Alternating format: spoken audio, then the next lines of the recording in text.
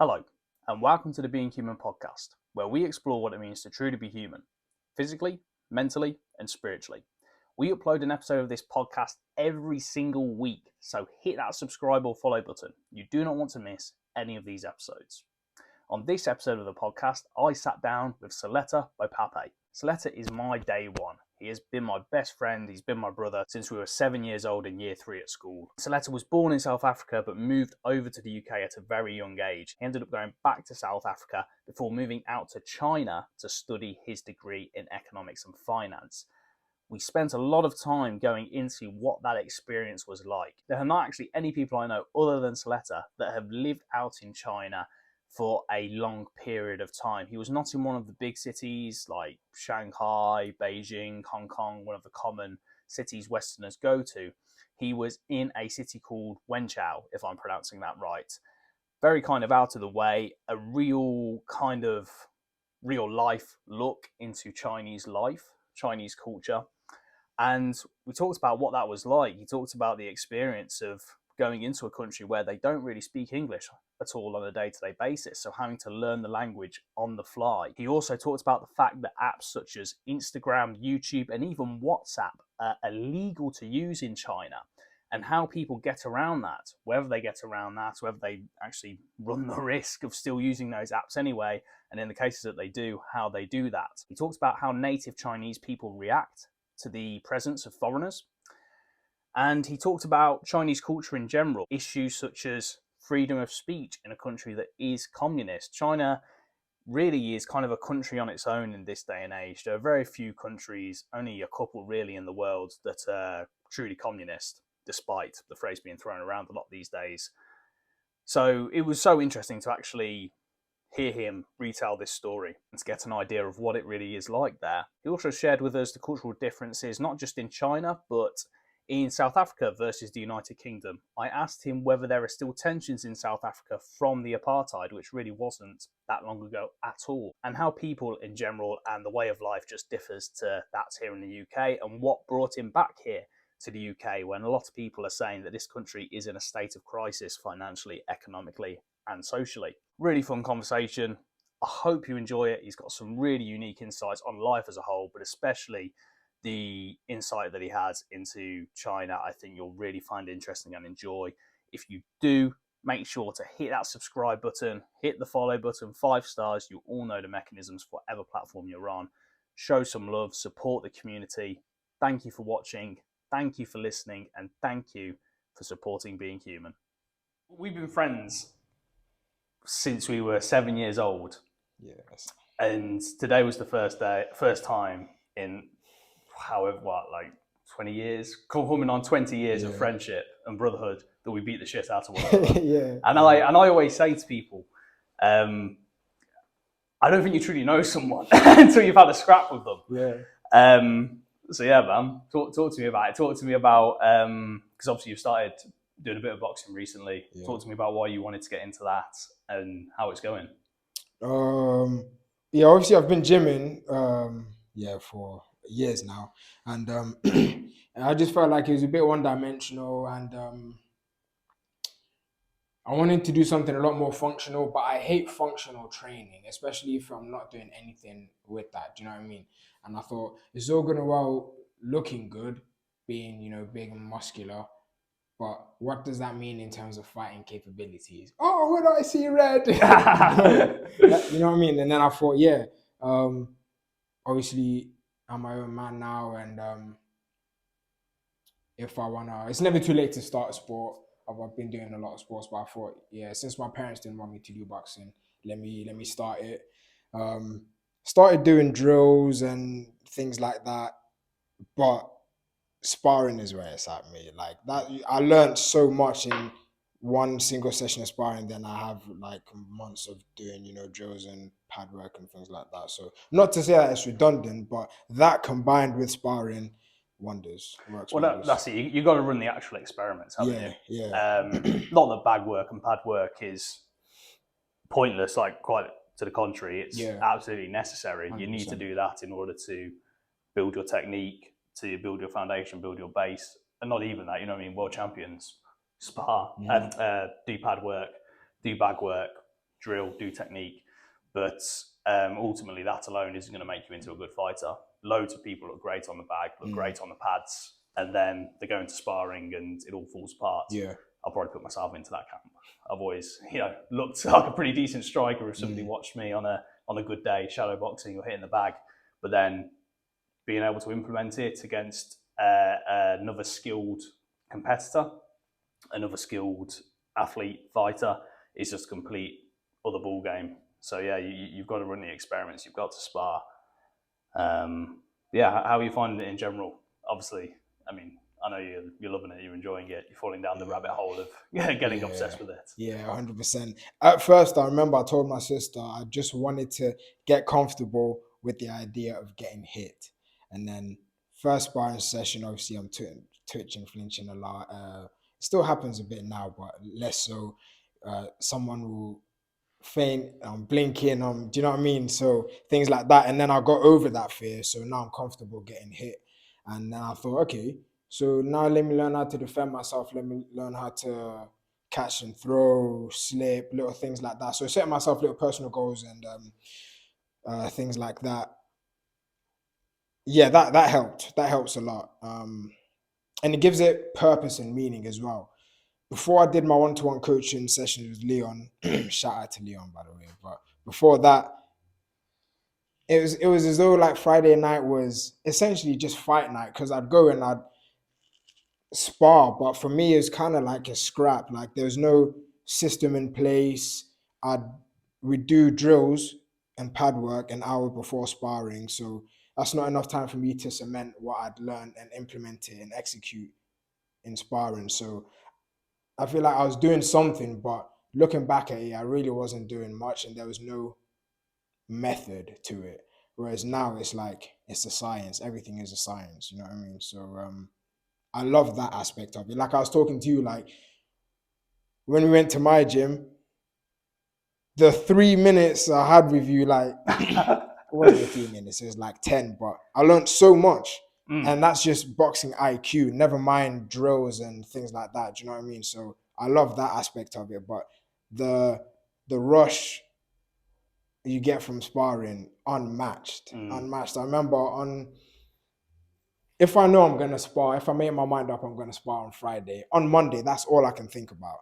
And then Tuesday, Wednesday roll on, and then Thursday I'm getting a bit jittery. Friday morning when I wake up, I feel like it's as though I'm an Olympian. Like, do you know what I mean? I remember putting my shoes on thinking, I don't even want to go to work. I just want to go spar. Not because I'm looking forward to it, but just to get it done. And then the anticipation. Yeah, 100%. And for me, when I don't want to do something, I have to do it now, because I end up being a loser. I end up succumbing to emotions and, do you know what I mean, externalities like that. And that's just not someone I am. So I didn't want to do it. 5 o'clock rolled on, finished work, had some pre-workout. I tried to take a nap, it didn't work. Wait, you had pre-workout, then tried to take a nap? Yeah, that was a mistake. Yeah. And then obviously the pre-workout worked in, drove down to Beaumont Lees, and then sparred my first opponent. And then after that I was like, okay, cool, I've done the hard part. I've turned up, showing up's half the job, isn't it? Exactly.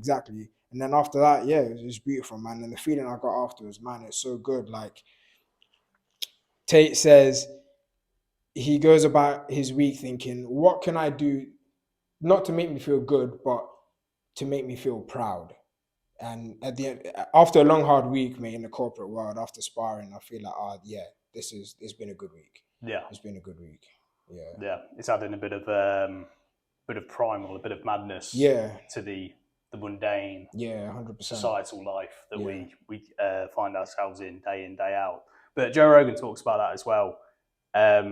Doing things that make you respect yourself, and how important that is to be proud of yourself, to respect yourself. And I think for men especially, some kind of physical training is imperative. And my stance, fighting is I think almost essential. It's hard to kind of profess something as a blanket in that way, but my perspective genuinely is that every man should have some degree of competence and some degree of experience being able to fight and being able to handle themselves in those kinds of situations, and not just handle themselves in terms of technique and be able to fight well, but like you talked about with the anticipation and the pressure of it, being able to stay calm in situations like that. If you can stay calm in a fight, then theoretically you should be able to stay calm in any other scenario. You know what I mean? It's a similar thing with cold plunging. You're going to put yourself into freezing cold water. Your body thinks you're dying. It's in a fight or flight state. Your adrenaline's through the roof. That's why so many people with anxiety, when they start doing daily cold plunging, they find their anxiety goes away, because they're able to deal with those spikes in anxiety, those spikes in adrenaline and cortisol so much better because of that. It regulates it physically, but as well mentally, they get used to being able to do that. And I think, fighting is exactly the same. So it's very important in that regard. But yeah, I'm thrilled that you've found an interest in this, because obviously, like I said, we've been friends for so long, and we've always shared a love of physical training, going to the gym.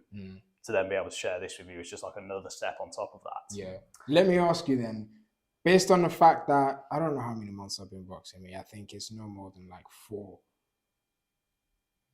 months. Let's say 4 months. And I've only been sparring, we'll count this as like the 5th or 6th time. Really? Yeah. This is your 5th or 6th time period sparring? Yeah, 100%. Okay. Yeah. What are your first impressions? Good. Decent, good. Cool. Good. Cool. I didn't know it was your 5th or 6th time. I thought you'd had quite a few sparring sessions. No. Yeah, really good. Cool. Like I said, the first, for everybody at the gym that's listening to this, I want to say as a preface, I do not think I'm some kind of striking coach. I do not think I'm some kind of striking master. I sent a message to Jimmy asking if it was all right that we came in to the gym today to show some bits, and I said to him, look, I don't think I'm qualified to be a coach. And he sent a lovely message back to me saying, you're more than qualified. But he was being very nice. Obviously, I'm no master, but I've done striking for a fair few years compared to the average person on the street. I would back myself and say, I have a decent degree of knowledge. Joe often says, my grappling coach, he'll often refer to people as having a blue belt in striking sometimes, like they would in grappling. Obviously, there's no belts in striking, really, outside of traditional martial arts. But like a blue belt in grappling, like you've got a good foundation behind you, a good base. So I'd maybe, I'd back myself and say I've got a blue belt in striking. But yeah, to speak on, to give my opinions, my professional qualified opinions on like where you're at. For like a 5th or 6th sparring session, I think you're doing great. The thing that I said to you after the first round that we finished sparring was that you don't have that fear of getting hit. And that was something that took me so long to like get out of. And if I don't spar, if I haven't sparred for a while, it will come back. That you start flinching so much more. And it'll always happen as well, especially when you're against more skilled opponents. The more skilled opponent you're against, the better they are, the better they're able to make you panic and draw you into that, reacting to their feints and that kind of stuff, and get you into that state of anticipation and fear of getting caught. So everyone has that to some degree, everyone has that at times, but being able to get over that kind of initial fear of it as a beginner is something that's very difficult for some people. It took me a long time to do.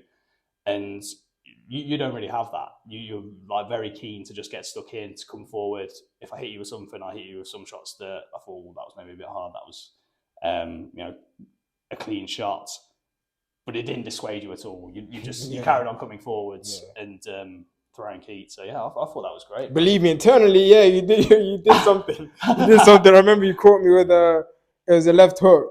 Yeah. Mate, temporarily, bro, I've seen stars. No, you got me with that. Yeah, I threw it and you moved into it at the same time, you obviously feel when you get a good connection. 100%. That landed a bit harder than intended. But again, it goes back to, what I mean, sharing that experience with one another was like it's a long time coming. Yeah, 100%. I'll stand by that. You don't know someone. You don't know your brother until you've had a scrap with them. 100%, bro. Yesterday, it's funny you say that, because yesterday, this whole week I was feeling kind of out of it. There's must be a bug going around in the office or whatever. And there's a lot going around at the moment. Yeah. So kind of felt out of it. I didn't go sparring on Friday, but I had my coaching session on Saturday. And then just before you messaged me, you said, or just before I went there, you messaged me, "Are you down, box?" And I was like, I had to think about it for a while, right? Because I already didn't want to go to the coaching session, you know what I mean? And I felt like I was already functioning at like 70% capacity. But then I thought, you've got a lot of knowledge. I'm definitely going to benefit from it. And I'm going to know more about you as a person and as a brother after we Yeah, spar. Do you know yeah. what I You mean? thought that? Yeah, Yeah, that's 100%, cool. That's cool. 100%. Even when we're fighting, I feel like, and it's so weird for me to say this because I'm still new to it, but you know that the slight anxiety you get to, like, as in you're afraid to get hit. Mm. As I'm approaching you, I can sense it slightly. Yeah, Yeah, it was yeah, really interesting. yeah. Like, and when I like feint, you wouldn't flinch, but I could see as I'm pressing you, like, it's so weird. I could pick up on that. So when you Yeah, say it now, it makes sense. Do you know what I yeah, mean? yeah. It's absolutely true. And like I said, the art of being a good fighter, I think, is to be able to hide that, kind of dissolve them, but as well hide them more and more. So Yeah. you react less to, not that you react less, you respond rather than react. Maybe is a good way to frame it. The better you get, Yeah. you don't have those reactions where someone can tell, okay, he doesn't like that I'm pressing in here, or he's thinking about what I'm going to do. It's okay. I've come forward, he's moved back or angled out. Yeah. He's done an appropriate response, but I can't sense as much that the emotions or the internal kind of energy field, if you want to call it that. Yeah. Yeah, no, it's cool that you said that. Yeah. Yeah, no, I definitely concur. But like I said, we've been friends for a long, long time. Let's go back to the start. We first met in year 3. Yeah, year 3. 7 years old. You just come over from South Africa. That's something I want to talk to you about today. There's lots of people in this day and age that have gone traveling, that have seen a lot of the world. But something that I think is particularly unique about you is you've spent a long time in 3 very different countries with very different cultures, studied and worked in all of them. Those being South Africa, where you're from, here in England, and China as well. And that's something I'm particularly keen to talk to you about. But let's start at the beginning, because I want to hear about the differences in your perspectives on each of these countries and what they have to offer. Coming over to England from South Africa at 7 years old, what was that like? What were the differences in culture like, and how did you find it integrating into British culture? I actually came when I was a bit younger. I think it's like 5, because we came to. I went to school in Colchester for a bit. Did I ever tell you Oh, that? yeah, you told me that not too long ago, and it was Oh, a okay. surprise to me Yeah. because I didn't know that. Yeah. Yeah. So I think for 2 years. I thought you were like before. fresh off the plane. Nah, September not 1st. Nah, 2 years before. And obviously I was still young then, and I think a lot of things flew over my head. So it didn't feel like I was really in a whole different world or even place. Do you know what I mean? Nothing really felt weird or different about it. The only thing I can remember was that was a stark difference was the weather. It's the first time I'd experienced snow. Do you know what I mean? I'm like 6, 7 years old. That was really it. In terms of culture, I'm only seeing those differences now that I'm older and I've experienced a lot more and I can articulate it as well. But back then I was still young, still impressionable, and still under my parents' wing. So you know what I mean? Yeah. I guess that's it. You don't really philosophize or think about. Yeah. As a child, you just go through life. Of course. You're not necessarily. You're very attentive of things, but you're not necessarily aware in a more holistic sense. Yeah. But yeah, so now looking back and having gone back to South Africa and then come back to England now, as an adult, as a man, what do you notice as the differences? Obviously the weather, like you said, but like culturally.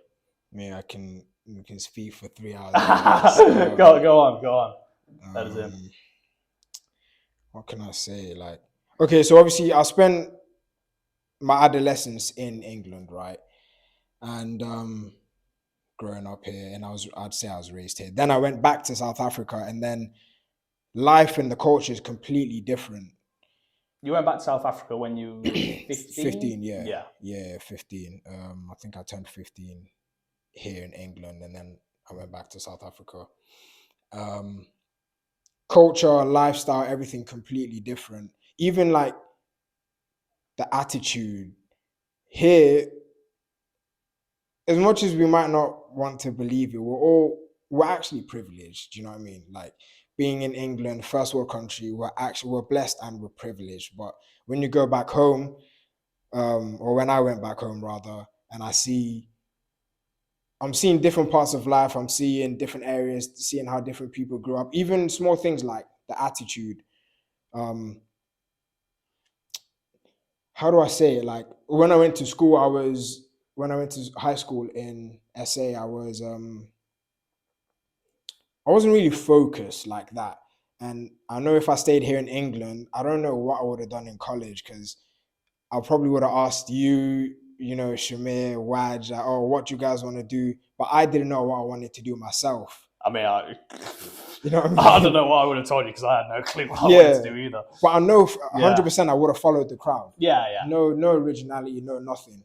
And that's no one's fault really. We're still trying to find ourselves. But when I went to South Africa, like I went to, again, this is a blessing. My parents sent me and my siblings to an international school, it was a British school. So we did IGCSEs, so international GCSEs, but it's to like a Cambridge standard. So Okay. it's much harder than regular Right. GCSEs. And the A levels I did, when I did A levels, it was so advanced that my first 2 years of uni, I wasn't studying because I knew everything. Do you know what I mean? So wow. yeah, we'll go to that. But because I went to a private school, my attitude towards school wasn't healthy anyway. I'd like much rather go out with you guys, play football, play PlayStation, but I had to realize, okay, my parents are actually paying for this. Obviously, here when the school we went to, it was free. No one was paying. And rubbish. We can make a whole podcast about that. But, episode. And then realizing things like that and seeing, okay, some people in SA, their parents don't pay for their tuition. They go to public schools, government schools, and it's a stark difference, bro. Like classrooms of 35, 40 children compared to mine. In my A-level economics class, I was the only student. Do you get me? So it's like one-to-one tutoring. And really? Yeah. How come? Just my school, else? mate, had no more than 100 people. So 100 people, and how many teachers? Maybe 15. Yeah, so don't ask me to do maths, but that's way more teachers in proportion to students than you get 100%. in Anywhere, what, bro. 99% of schools. Yeah. One reason was because nobody really, if you're from SA, you don't really want to study an international, you don't want to study at an international school because you don't aspire to leave the country. Do you know what I mean? And it's extra money. It's more expensive. Why is that? Because some people are very happy just staying in SA, right? Yeah. And it makes sense. Is there a large degree of patriotism in South Africa? Are people in general kind of proud to be South African? 100% proud to be South African, but there are a lot of problems within the country itself. So a lot of people, especially the younger generation, want to leave. There's high unemployment amongst youth, and even if you have like a master's degree, a lot of those people, unfortunately, are still unemployed. So there's frustration. So they want to leave, but it costs a lot of money to put your children through private school, private education. It costs a lot of money. And I think for me, when I went to A level, I had to pay a certain amount, well, my parents had to pay a certain amount per subject that I did. That in itself limits everybody, limits people. So you wouldn't want to take 8 subjects at A levels because it would be a ridiculous amount. Yeah. You know what I mean? So, but yeah, like I was saying, so knowing that, okay, my parents have like paying for my education, I actually have to knuckle down. So that small little shift in attitude translated to my work ethic and things like that. So now even translates to my work life, my gym. I don't take anything for granted. Do you know what I mean? Yeah. And I think as Africans, or ethnic minorities, bro, you know what it's like. Work ethic is on another level. It is what it is. You know what I mean? Well, what's that line that Dave says in Black? He says, working twice as hard as people you know you're better than. Yeah, exactly. And yeah, obviously we could speak about that for ages. Yeah, and that's just the reality. That's a controversial comment, but yeah, but I think it's true in a lot of cases. We could go down the rabbit hole. Is institutional racism a thing? Yeah. I mean, my standpoint would be yes. I think there's a lot of data to show that some people. Do you know Ben Shapiro? Yeah. I think Ben Shapiro went through a phase of where like his thing that he was espousing on for a while was institutional racism doesn't exist, which is good for you. but exactly. I completely disagree, and I think there's a lot of data that disagrees with that. Yeah, sorry, not to interrupt. You're asking about the differences in culture, or yeah. But I mean, you're speaking on studying your GCSEs and A levels in South Africa and what that was like, and how high the standard was. Yeah. To complete those, because obviously it was to a Cambridge level, like you said. Yeah. So, for example, the examination board was Cambridge. Yeah. So okay. Yeah. So, what kind of techniques did you employ to manage that workload? Because I know some people that went to university at Cambridge, and they're doing a law degree at Cambridge, and what they were having to do for their law degree versus me at De Montfort was just night and day.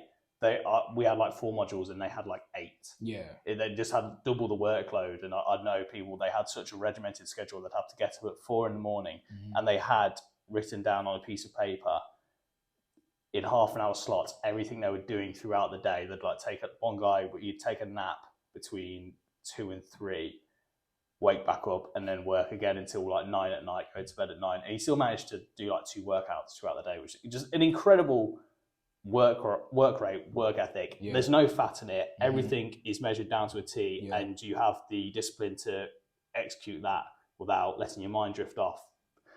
I mean, talk to us about how you managed a workload like that.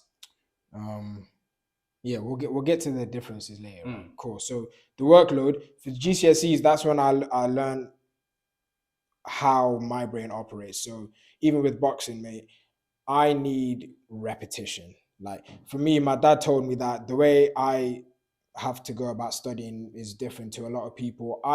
It's hard for me to grasp something the first time. And when I do like pad work, it's because I have to think and act at the same time. I get so caught up. Whereas I know if I was by myself, I'd slow it down. Okay, 1, 2, like that. And then I'd do that for an hour. And I know after that hour, I've got it unlocked. So when my dad made light of that, I thought, okay, that means I have to spend more time studying than the average person, which is cool, but at least I've identified that. So I learned how to self-study when going through my GCSEs. When I got to A level, is about time management. And when you feel like there's not enough hours in a day, obviously you now have to shift things around. I remember I did A level literature, but I dropped that because I wanted to go down the commercial route. So for that, I remember going to sleep at 1 a.m, finishing my essay, dissecting a novel or a piece of writing, waking up at 5 just to make sure everything was good, going to school, coming back, and just doing that. And it worked for me. But the downside, so it was a case of literally kind of like extending the amount of hours you were awake each day to accommodate the work. Had to. But obviously it got to a stage where, and this is what told me I kind of had to drop the subject. I remember it was a Friday and I think we had a half day at school. So had a half day and I was so burnt out. When we got home at like 2, I took a nap and we had to go somewhere for I think 6 in the afternoon. So I'd fallen asleep at like 2. My little sister and my mother tried to wake me up and I just wouldn't wake up. Nothing alarming, but you just needed that. Yeah, they were like, pushing me and, damn near shouting at me to wake up. I didn't feel anything. And obviously they only told me after. That's when I learned, okay, I'm actually burnt out. But it is what it is, you know what I mean? Like, I don't regret any of that. And that in itself, I'm so glad I went to that school. It taught me a lot. And when I went to uni, I was so ahead of my peers. It even got frustrating because I'm revising things that I did when I was doing my GCSEs, and like people were still trying to grasp it. And not to say that it's not because I was better than them. I just had that exposure, which was a blessing, but it made the first 2 years of uni incredibly long. And do you know what I mean? Tedious. Yeah. So you were put in an environment where you were forced under duress to grow at an accelerated rate, and then as a result, in an environment that was less pressurized and less, the speed of learning was not as quick. Yeah. You're then kind of able to relax at that point. You kind of, because you went so hard earlier on, you were then given the benefit, so to speak, of being able to rest on your laurels a bit. Yeah. I suppose it's kind of a good metaphor for life. You work very hard for a certain amount of your life. If everything works out well, then you should hopefully have a period of retirement or whatever you want to call it, where you're able to sit back on the back of the hard work that you've done previously. Yeah, 100%. Yeah. But yeah, going back to the cultural differences. So with that one, let me give you an example. In terms of the language, for example, in South Africa, if I was to go to a supermarket and I wanted, and I'm paying for groceries, right? When I greet the man or woman, I'm saying, direct translation, I'm saying, good afternoon, mother. And she's saying, Gunjani Baba. So direct translation, good day, father, or like grown man. And I don't know this lady, but do you understand the cultural significance of calling somebody, referring to somebody with those You'd nouns? refer to someone as it's common for you to refer to someone in South Africa as your mother or father that isn't your mother or father. Yeah. Okay. Or even we say Sisi, which is like sister, to any random woman. That you don't get that here. And obviously it's not necessarily a bad thing, but there's a togetherness. Okay. Do you know what I mean? And you treat everybody like their family. So this one guy I work with, I'm not going to say his name, but he's Indian, and in South Africa we have a lot of Indians. Okay. Really diverse country. Yeah, millions, bro. Rainbow Nation. That's what we are. So he went to India. He went to South Africa a few weeks ago for 2 weeks. And he was really scared because a lot of people were filling his head with like lies and misconceptions about the country. Like, oh yeah, you're going to get robbed. Like, don't get a trim because you'll look too clean and they'll mug you. You know what I mean? Things like that. And then I learned that he was going to SA, and I was like, oh bro, firstly, please bring me XYZ. Like, yeah, because I miss some of the food or whatever. And then I spoke to him and I said, yeah, just relax. It'll be a good time. You're not going to get robbed. You're going to be with family. They know how to navigate around the country. Just mind your own business. You'll be good. This guy came back. Long story short, he's going again next year, January, for the whole month. Do you know what I mean? And he was telling me that, oh, bro, it's so chilled. When I walk through my estate or my neighborhood, like people I don't even know are saying hello to me. That's just what it's like. Culturally, if there were two of us here and somebody wanted to work there, they'd walk in and they'd shake both of our hands, or at least greet us and acknowledge us. It's just respect. But here, you don't do that, and there's no necessary pressure to do so. Do you know what I mean? But from my perspective, because of the way I've been raised, it's deemed as rude. Do you know what I mean? And that's something I had to learn. So if I can give an example, a table similar to this, and there were people's gogos, is like people's grandmothers, right? But there must have been 15 of them sitting at a table, and a few of them knew me. I knew like two of them. I just said, oh, hi everyone. And then my aunt told me, now you have to go and shake everybody's hand. Yeah. And I was like, wow, this is insane. But that's just cultural. You know what I mean? It's more familiar. You have to do it. Yeah, 100%. And it's rude not to do so. So things like that. The different languages as well. We have 13 different languages. That are commonly spoken day to day. Yeah, Yeah, yeah. But wow. obviously, there are like three that are like the most common. But even Yeah. so, we have dialects amongst them. Yeah, things like that. For example, with my surname Papape, if I have a top that says my last that has my last name at the back of it, it's a football jersey. This one, I went to the shops and this one woman said, "Oh, are you from this? Do you originate from this part of South Africa?" And I was like, "Yeah." And then I went home. I was driving back home, and I thought about it. How did she know? It's because of my surname, and you can locate things like that. Whereas here, if your last name is Smith, it might tell you about the occupation, but where are you from? We don't really know. Hmm. Do you know what I mean? Yeah, that's a good point. Little things like that. I love it. I love it. There's a lot of history and there's a lot of culture embedded in every single thing that we do.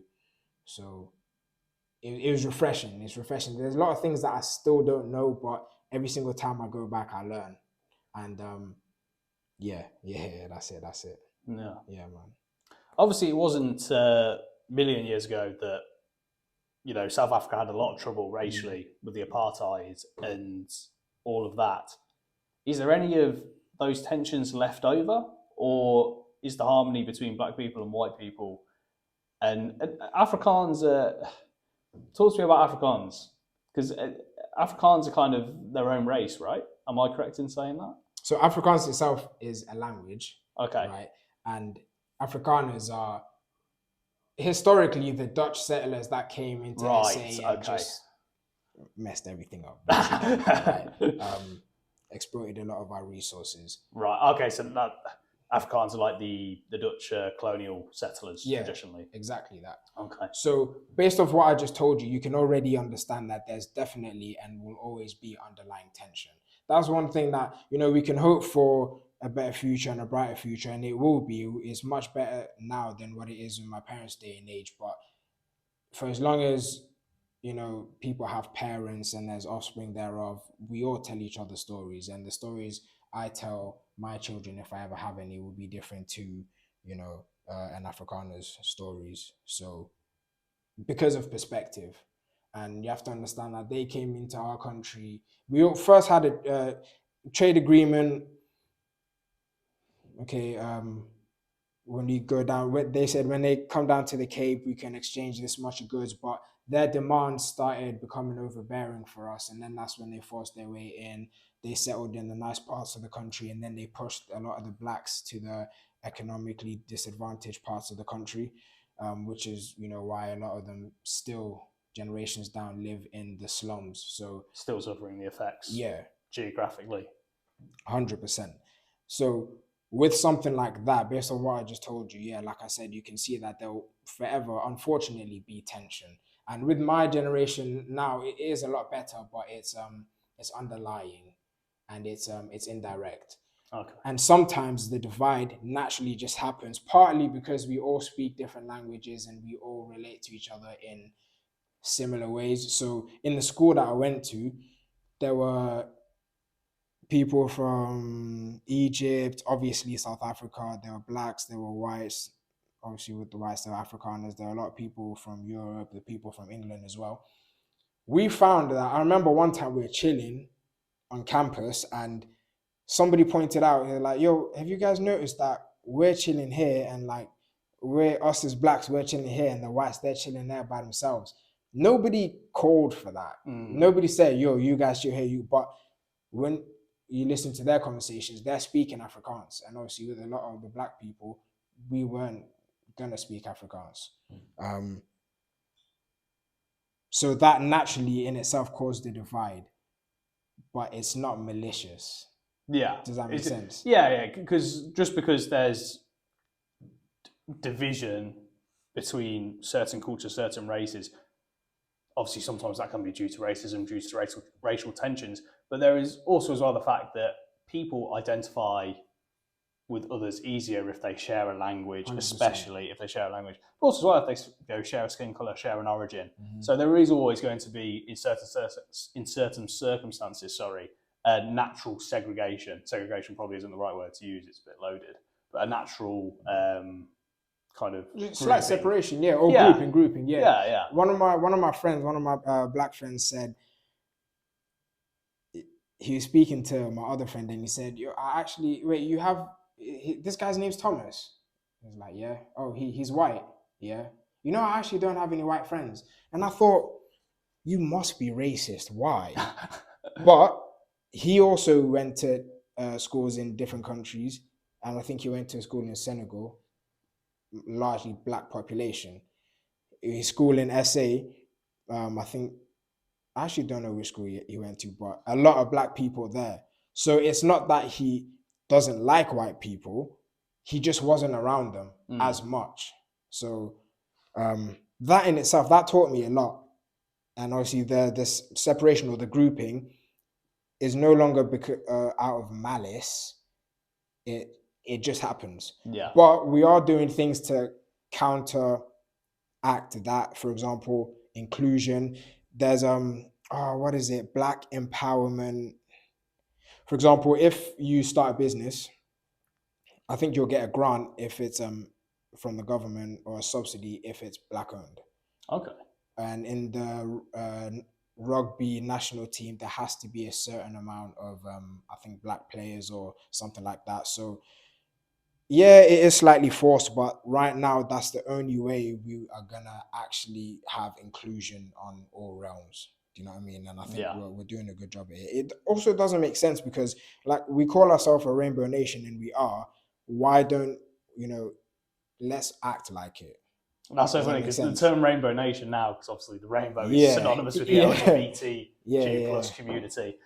By the way, I think we're the first country in Africa to embrace to legalize gay marriage. Okay. Yeah. One of my boys told me that, but yeah.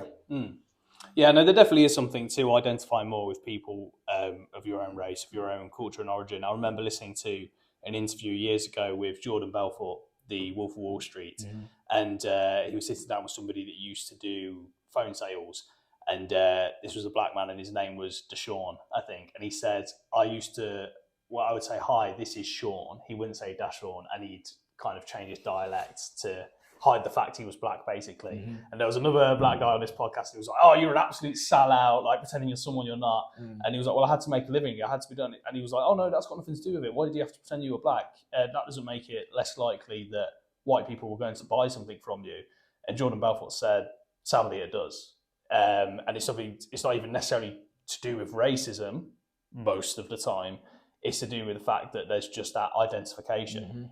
A white person, it's less so now with globalization, but traditionally a white person is going to identify and feel more familiar with a white person, 100%. and vice versa. Yeah. So there is always like that natural grouping.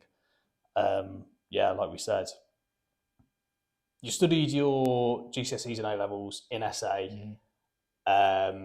Talked about the workload, how difficult that was. Then when it came to the point where you were deciding what to do next, whether to go to uni, where to go to uni, how did you end up making the decision that you made, which was to go and study your degree in China? So finished my studies, and then I spoke to my parents and I said, listen, mom and dad, I want to take a gap here. I'm not really sure what I want to do. I do want to go to uni, further my studies. I just don't know where. And I also don't know what I want to study. So got that blessing. And then I got some work experience. So I was working retail at a sports shop, Total Sports. And yeah, my manager, terrible manager. Not a good job. Bro, it's a normal job. Like, I'm selling, footballs, sports shoes and things like that. But like she Sports just Direct. Yeah, exactly, like Sports Direct. But she just wasn't a good manager. Okay. Yeah. And I stayed there for 4 long months, and I think that last month I only stayed because my dad said, listen, I just firm it. And then after that, you can see I didn't want to do it. He said okay, so I quit. And then I remember sitting on my bed, and obviously I'm a Christian, so I believe in God. And I remember I was praying, and then I think I prayed and asked for guidance and direction. And And then I said, yeah, Lord, lead me whichever way you want me to go. And then my cousin had gone to China, I think the previous year.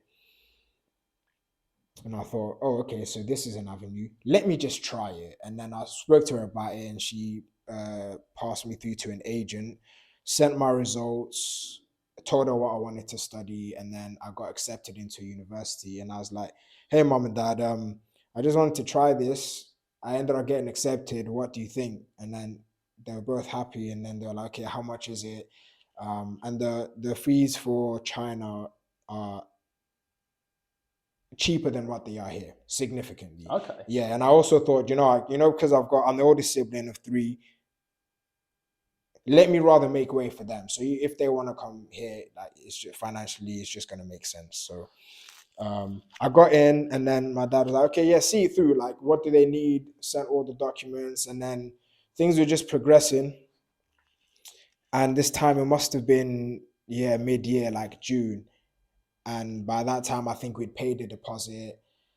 We got some paperwork back through DHL, read it, signed everything, sent it off. Now everything was good. I got my medicals done, and then then I got admitted, and then started in September. Yeah, yeah. And let's go into China. that completely. Yeah. What's China like? What was moving there like? Was that scary? To me, the thought of going to China is a bit scary. You obviously hear a lot about it in the news. As a country, as a society, they have a very different way of living. There's lots of stuff going on there. It's almost like a mystical land, almost to many people that haven't been there. What is China like? And what was it like initially moving there? Was there a settling in period at all, or did you feel quite at home? Mate, I can tell you, nothing went according to plan. Like, I remember, and I'm gonna name her. I'm gonna name her. I don't have her contact details, so it's whatever. But the agent who I was working with, her name's Nancy, right? So everything had gone through, and then she was like, yeah, the last thing you need to do now is just purchase your ticket. Let me know once you've done it. So I purchased my ticket, and then I sent it to her saying, hey, this is it. Is this the right one? So obviously I know nothing about any town or whatever. I just know I got admitted and accepted into Wenzhou University. I somehow must have booked a ticket into the wrong town or city, right? But I sent it to her, and she didn't say anything. So I've now landed. Oh, I think I had a layover in Hong Kong. So when I'm in Hong Kong, I'm just speaking to Nancy, and I'm like, hey, is there going to be someone to pick me up? And she's like, yeah, just let me know where you land again. And then I landed in I was like, yeah, I'm going to land in this city. She was like, oh no, this is the wrong one, blah, blah, blah. So now I'm in Hong Kong, I'm stranded. I'm thinking, what am I even supposed to do now? So I'm speaking to my parents, but and obviously they're kind of panicking as well. And so I'm like, hey, can you please send me? Oh no, I already had like a lump sum of money for in case stuff like this happens. So had to pay for another ticket from Hong Kong to Wenzhou. So you had to change your flight. Yeah. How far was the city that you were flying into from how do you pronounce the city, sorry, that you studied at? Wenzhou.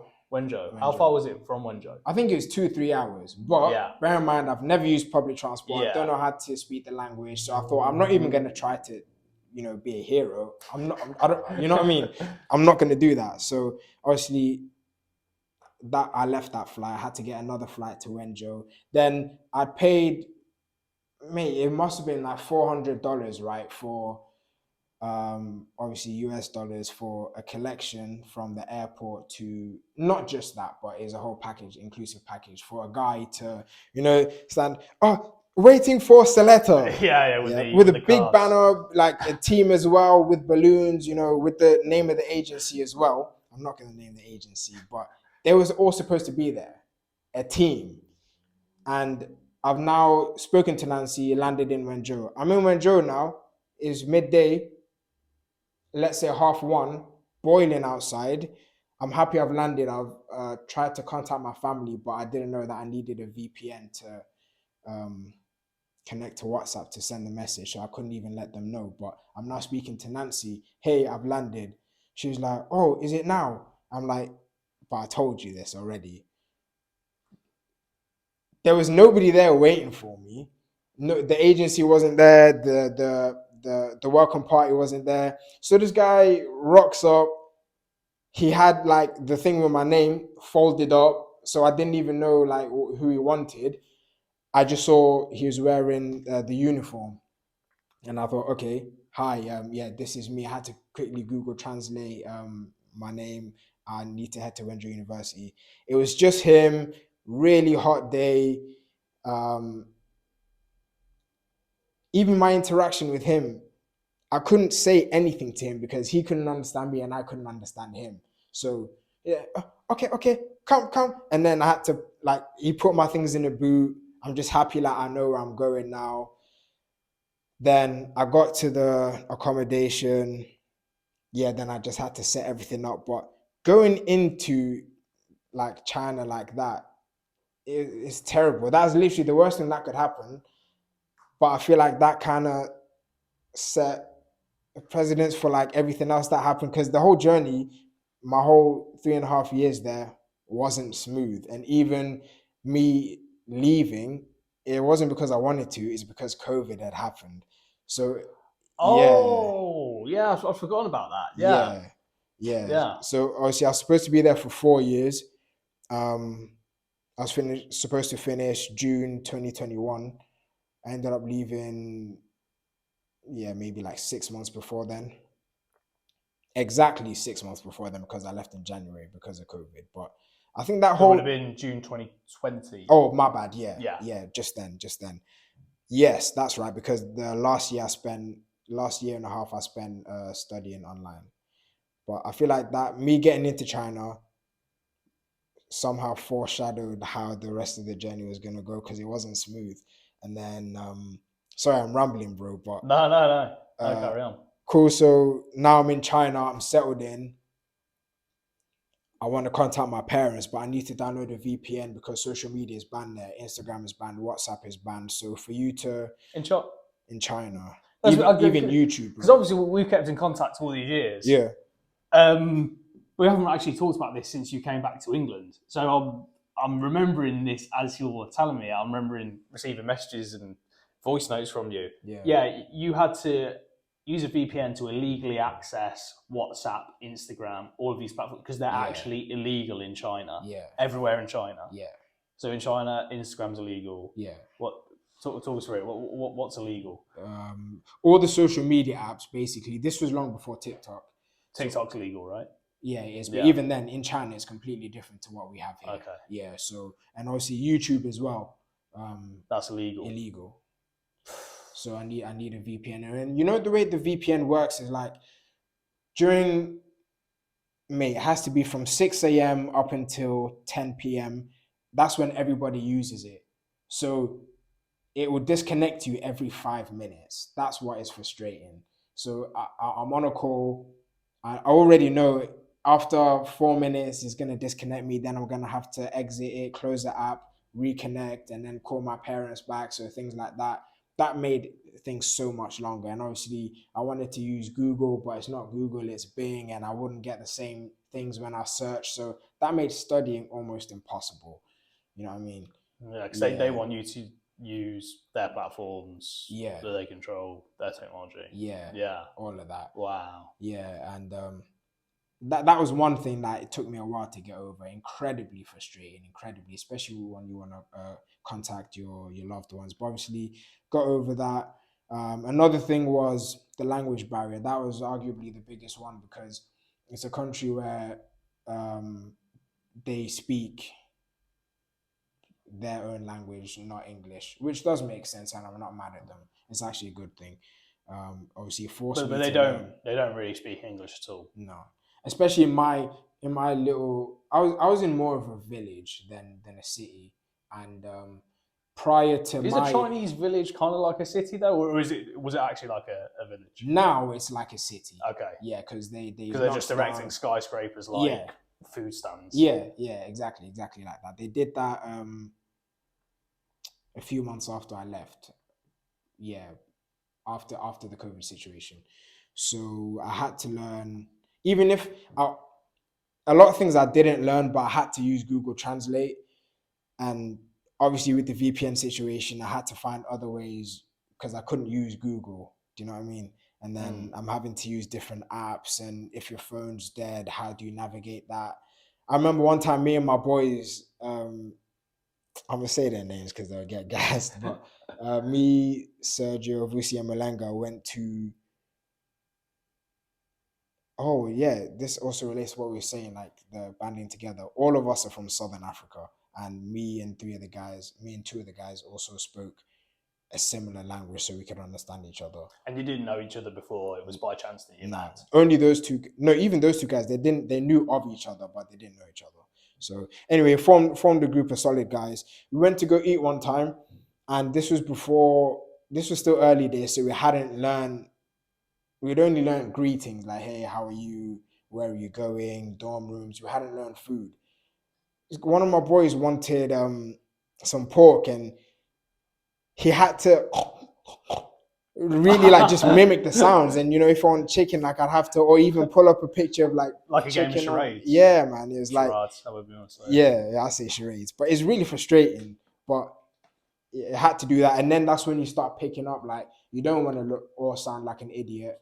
Jishishama, then you have to ask like, okay, what does this mean? And then he'll tell you Jiro, and then you pronounce it, and then instead of next time you go there, you don't have to look like an idiot by making sounds. You can just say Wayao Jiga Neo Jiroma, asking like, do you have any chicken or little things like that. So you slowly start to get integrated into the culture. But even small things like when I wanted to go, I remember for the first month, I thought, let me fully immerse myself in the culture. Let me eat all the street food and things like that. I'm not really interested in cooking, blah, blah, blah.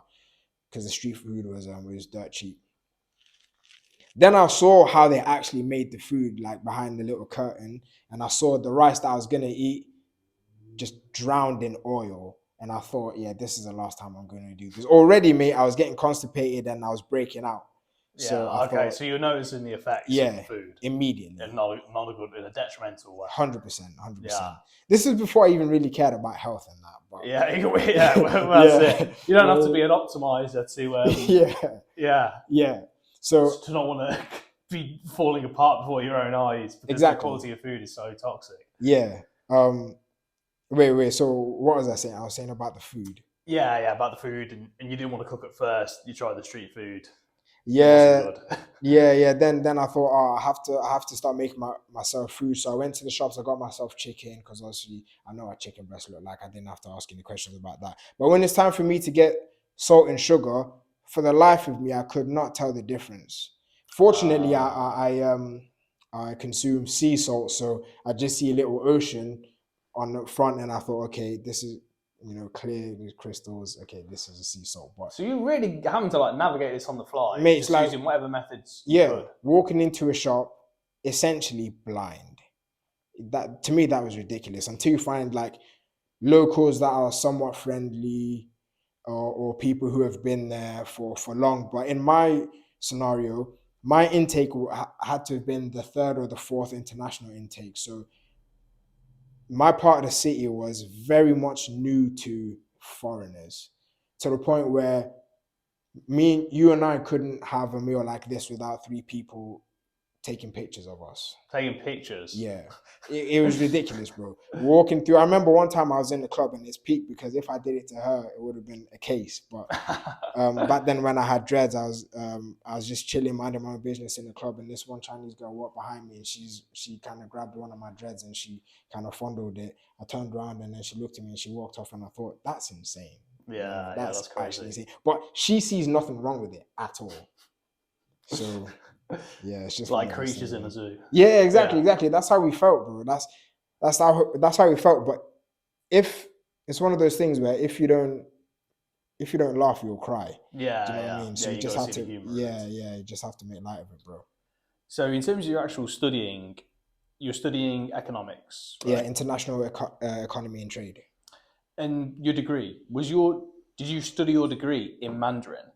No, No, no, it was in in English because English, that would yeah. have been just Impossible, bro. yeah, yeah. Impossible. I thought that we'd be mixed in with the natives, like students, but I don't know why I thought that because they can't speak English and we also Right. can't Oh, speak okay. So their they had like a language. separate kind of faculty Yeah, for the international students. yeah, yeah, Right. yeah, Okay. That yeah, makes sense. yeah, But you still undertook formal Mandarin lessons anyway, right? yeah, 100%, Obviously, you immerse yourself in the culture, and that's ultimately the best way to learn a language, I think, isn't it? definitely, yeah, From people that I've spoken to, there's no substitute for immersing yourself in the culture, living in a country, and um, picking up a language that way. But you also had the formal tuition as well to go along with that. yeah.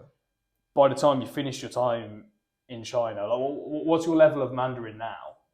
I mean, Horrendous. It's damn near, horrendous. yeah, it's basically gone because it's one of those things where if you don't, obviously, if you don't practice it, you lose it. But it's so much easier being immersed in the culture because you never have to switch off. But when I went to SA, there's nobody that I tried to find a tutor, but that's when lockdown happened and no one was offering anything. So there was really no need for me to even use Mandarin. Do you know what I mean? Mm. So it kind of What died. about like at the point that you left China? So like when it was still fresh in your mind, and you'd had all that experience behind you. What was your level like then? It Was it was all still pretty right. basic, or? It was basic, but I could have conversations. So I could go to a restaurant and ask what this was, or if I knew what I wanted, I could get them to tailor, yeah, my order to my preferences, things like that. I So learned, you could speak Mandarin. yeah, definitely. I learned a lot more. Um, for example, when I was seeing someone and I'd had to hop in a Didi. A Didi's like an Uber in China. Yeah, Yeah. yeah. So Didi Chung yeah, Chung. something Yeah. like that. And then a lot of the drivers obviously were males, and then they'd want to speak to me in English, but I said, nah, like let's speak the local language because obviously I'm trying to learn. And then I'd pick up on little things like that, and obviously had a cumulative effect because my Mandarin got a lot better like that. And then I'm holding conversations, not full blown, but let's say in one sentence, I'd understand the four main words and I know, okay, he's talking about a cafe around the corner, not far from me. Then I can ask, oh, what do you order? I like this, I don't like that. Do you know what I mean? Yeah, things like that. But when you're not, without the constant pressure of wanting to fit in and immerse yourself, your learning capabilities, you're not operating at 100%. That's why things like Duolingo, even that app, it's not even supposed to make you fluent. It's just supposed to, you know, allow you to familiarize yourself with certain words or seeing characters, things like that. It's not for becoming fluent in a language. It's for being able to hold a conversation in a language, kind of. Even holding a conversation would be hard because there are different dialects that it doesn't even cover or responses thereof. Do you know what I mean? It's very robotic. If I say 1, 2, 3, you're gonna give me 4, 5, 6. But when I'm speaking to a random guy and I give him 1, 2, 3, he's giving me ABC and I'm Okay, lost. Do you know what I right. mean? Yeah. It's exactly like that. So yeah, Mm. that was it. So, what was your looking back on those 3 and years, a half. 3.5 years? Yeah. What's your opinions on China as a country? Its culture? Did you enjoy it? What did you like? What didn't you like? Do you think there's anything from China that we should maybe try and implement here in the Western world, or things from this part of the world that Chinese culture could benefit from? Take us through that. Um, I feel like it made me, before I left, my dad said you're gonna come back like a different man and a better man, and I definitely did. There were Why was that? Was that just being put in an uncomfortable environment and an unfamiliar environment and having to grow in it? that, but fundamentally because I was away from my parents. Okay. And Yeah. that was a point in my life when me and my parents were going back and forth over a lot of things that didn't necessarily deserve that attention. But it was also because I was coming out of my shell more. And granted, I'd ask to take the car out and I'd come back at 3 a.m. Obviously not in the right state. Of course they'd be mad at me. But so I left. But yeah. I don't tell a lot of people this, but in first year, because I was so far ahead mentally, it gave me too much time to think and relax and do nothing. So I remember I watched anime and I was watching Naruto. Naruto, mate, is like 700 episodes, obviously 25 minutes each, right? But I managed to get through all of that in the space of 6 months. Do you understand how much time I had? A Yeah. ridiculous amount of time. So I got really frustrated, mate. And after my first semester, I was like, hey, dad, obviously I've done well. I've passed everything. By the way, I didn't study. So my marks weren't um, exceptional.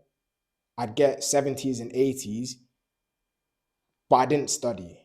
Do you know what I mean? And if I had, obviously, maybe I would have gotten 90s, but that wasn't important for me because I knew everything anyway. So I called my dad and I was like, hey, dad, listen, I don't really, this country, like, I don't really like it. And I feel like the work that I'm doing in uni isn't rewarding. It's not challenging and I'm not stimulated.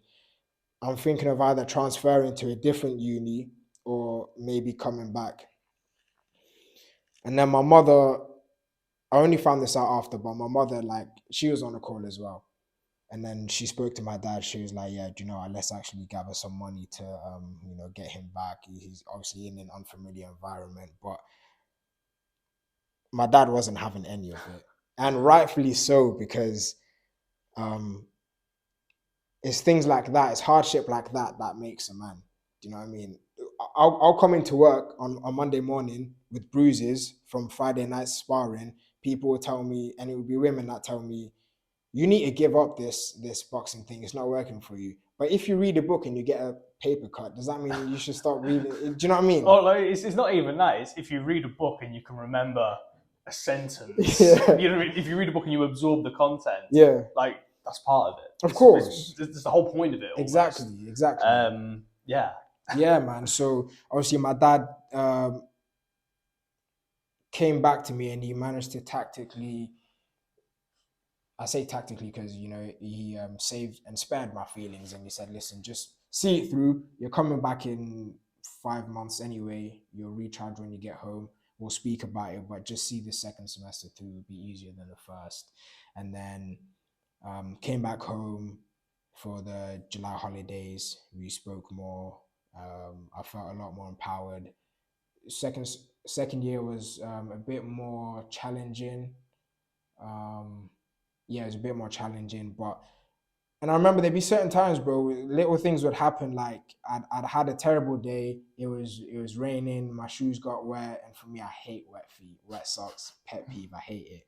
So I was just really agitated. And then I remember I was cooking something, so I brought my little hob and pot from the kitchen to my dorm room, and I ended up dropping the pot, and the little lid on top was glass, and it broke as well. Mate, because of everything that was happening, I was so overwhelmed. I just wanted to cry. And then I sat and I thought, I'm like, okay, what's actually happened? Okay, it's raining. It's a terrible day. It's been a terrible week. School is really mundane. I'm not gaining much from it. But I'm blessed to be in another country. Um, I'm doing well. I'm okay. Obviously, I'm still eating things like that. I've got money. It's a shift in perspective, and ever since then, I've been a different man because when you really look at what's in front of you and you take it for what it is. Leon in boxing likes to say you have a lot more time than what you think you do. And it makes sense because when I used to start sparring, I didn't flinch, but my head movement is too erratic before anyone even threw anything. And now, like, I can back away, retreat, and I know I'm still calm. So it's something like that. So a situation like that changed me for the better because it's so hard to crack me now. Uh, I'm so glad I didn't cry because obviously crying is not a bad thing. it's an emotional response and it is a release, right? But me holding it together seemed to like have charged me for that entire semester, and I learned a lot.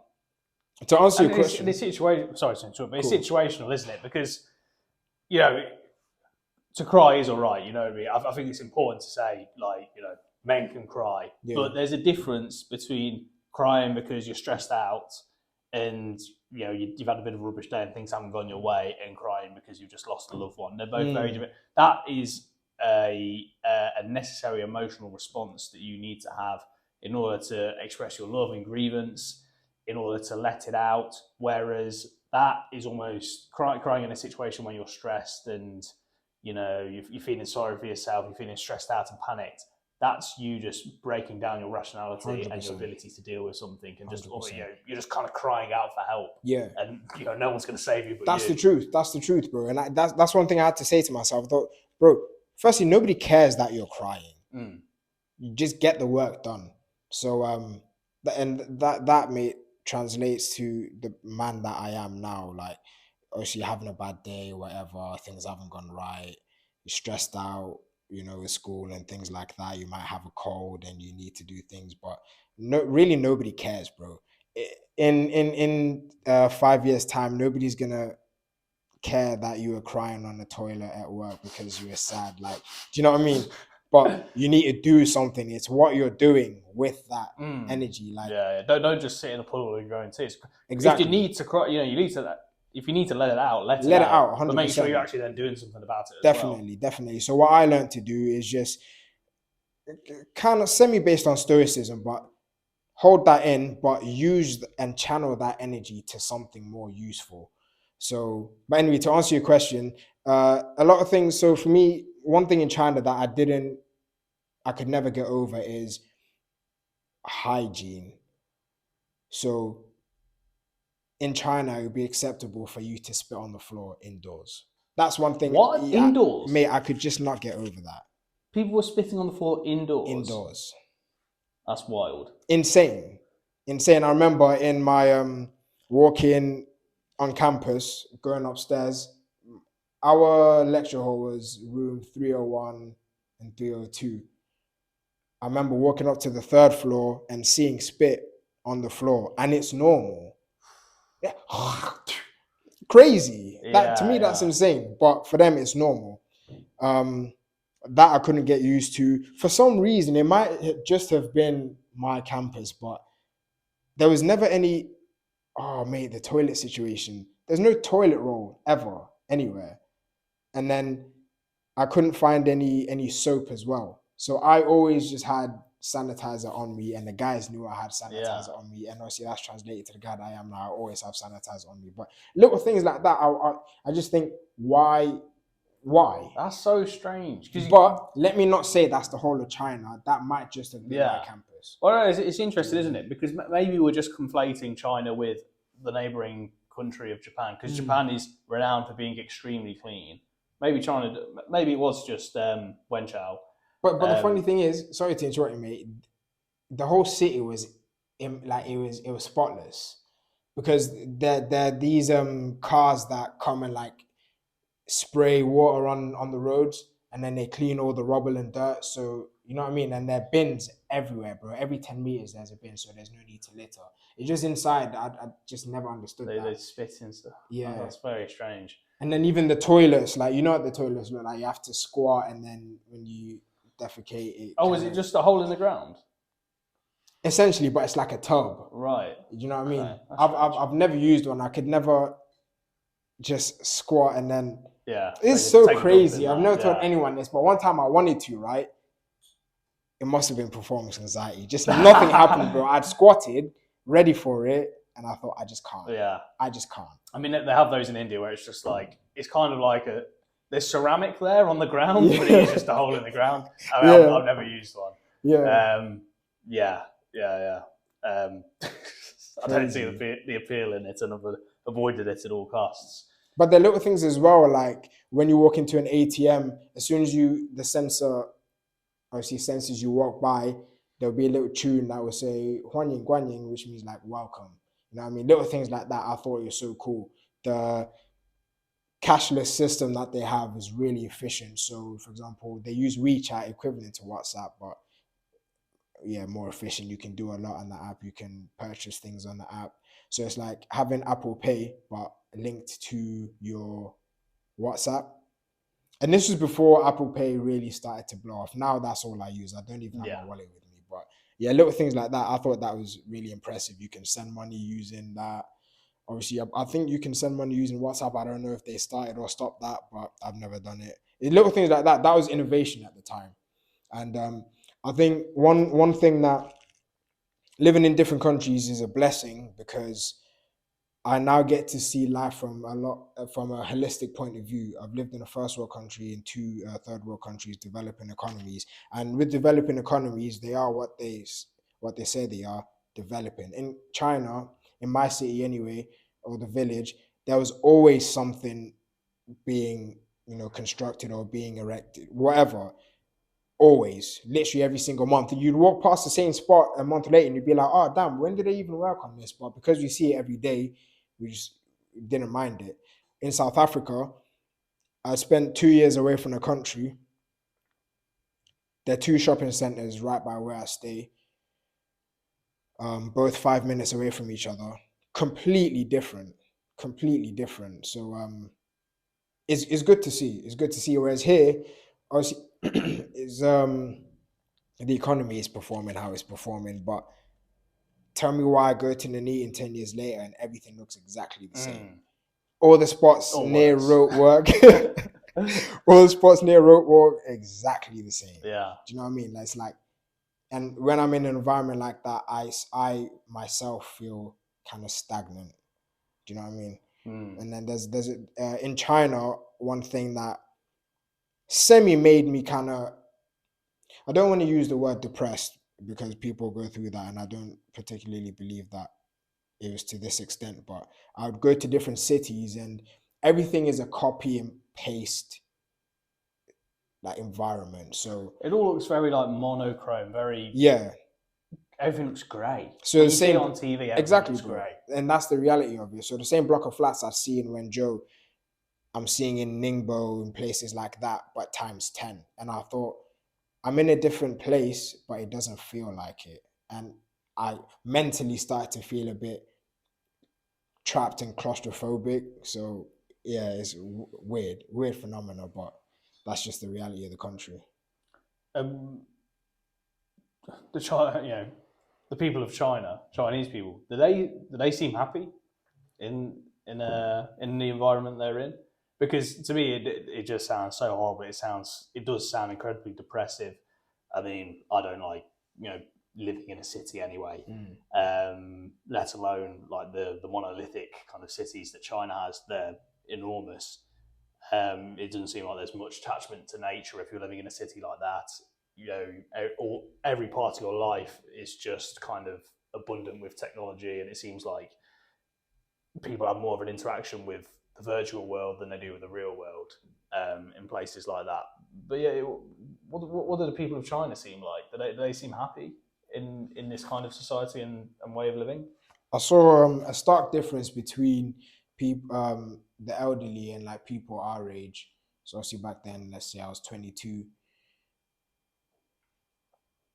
Free speech doesn't really exist in a communist country like that. So I remember speaking to a lot of the people my age, and you can't ask them general questions like what we're asking each other because every answer is calculated and they're somewhat guarded. It really Yeah. you really have to be that careful. Yeah. So one of my friends somehow got through to one of the students, and she asked, "Hey, do you okay being a homosexual in China, is it allowed? No, we know that. Okay, but do you have any friends that are? Yes, but they hide it." And it's like that conversation didn't run as smoothly as what I just relayed to you now. It was very guarded. She didn't want to say. It was like you're on the stand in court, Yeah, and you want to answer truthfully, but not in a way that's going to get you in trouble. exactly. So seeing that, man, in my honest opinion, it's sad, bro. It's sad because you can't even necessarily have conversations with the people like that, and you don't want to as well because you feel like you're infringing. And they turn red and they start becoming shy, and it's just not an enjoyable You experience. don't want to put them in that position. Of course. And then, Yeah. for example, everything is so watched and monitored. And you know, bro, because I'm African, nothing is like that in Africa, bro. You can park in a place you're not supposed to, and then like someone will pull you up about it. You just give them a bit of money, and that's it. You know what I mean? It's like environment like that. But so that's my reality. That's what I'm used to. But in a country like China, on the social media, if you even type in a government official's name, it gets flagged. So it raises alarm bells on the system. And depending on what you say, they can suspend your account, things like that. So me and my boys used to play city games with each other. Say, yo, type this message in about the prime minister or little things like that. But obviously, he's not going to do it because it's real life. You can't do that. Do you know what I mean? Yeah. And what's, because obviously, like, you were using VPNs to access social media that was banned, illegal. The Chinese government must know that this is going on. 100% they know, and I can tell you why they know or how they know. It's because the natives themselves have VPNs, bro. I saw one Chinese girl. What's the punishment for somebody that's caught accessing Instagram in no, China? No one I've seen has been punished.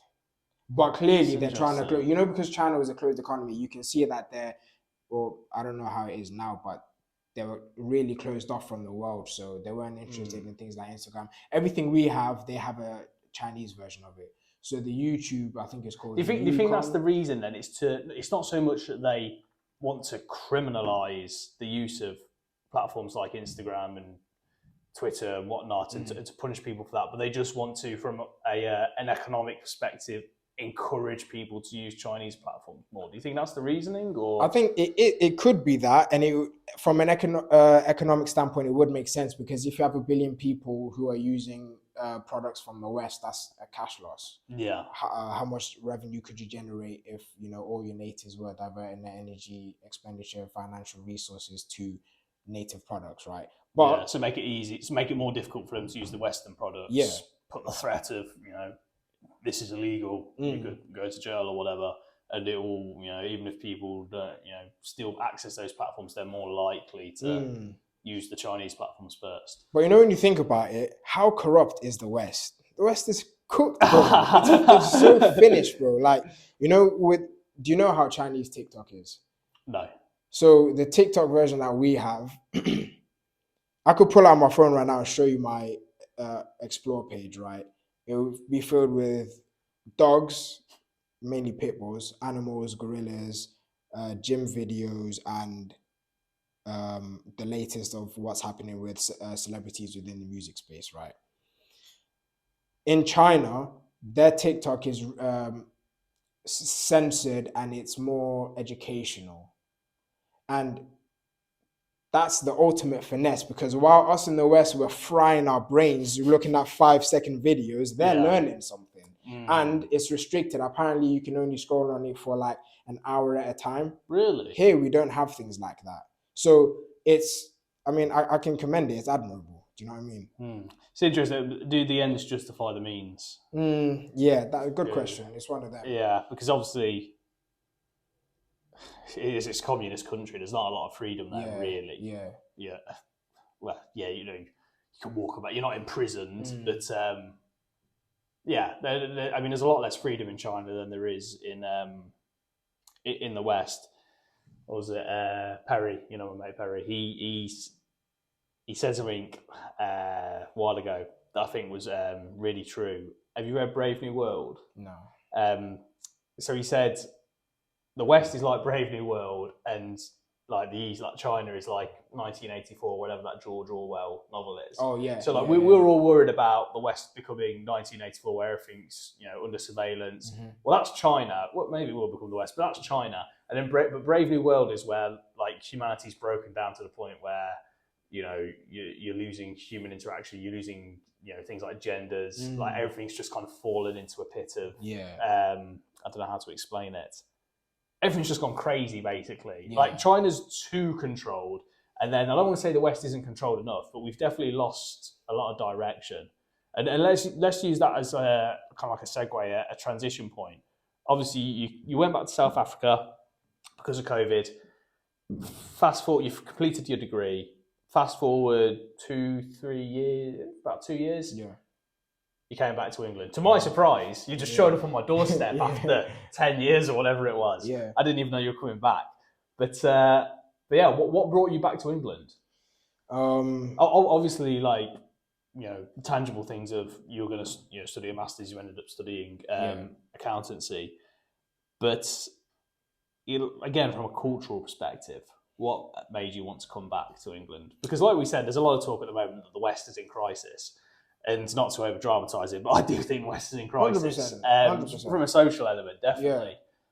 So yeah, why come back to this minefield we find ourselves in? Culturally, that didn't play a factor. It was the economic side of things, and also my own career development. South Africa is a beautiful country, mate, and it's one of those countries where if you have a lot of money, you can really have, live a great life. A fantastic life. 100%, mate. Beautiful houses, houses like 8 bedrooms, beautiful driveway, view of the ocean, the beach, whatever. A lot of road space, so you can really drive whatever car you want without having to worry about small things like parking and things like that. So it makes a lot of sense. But for my own career development, it just made sense.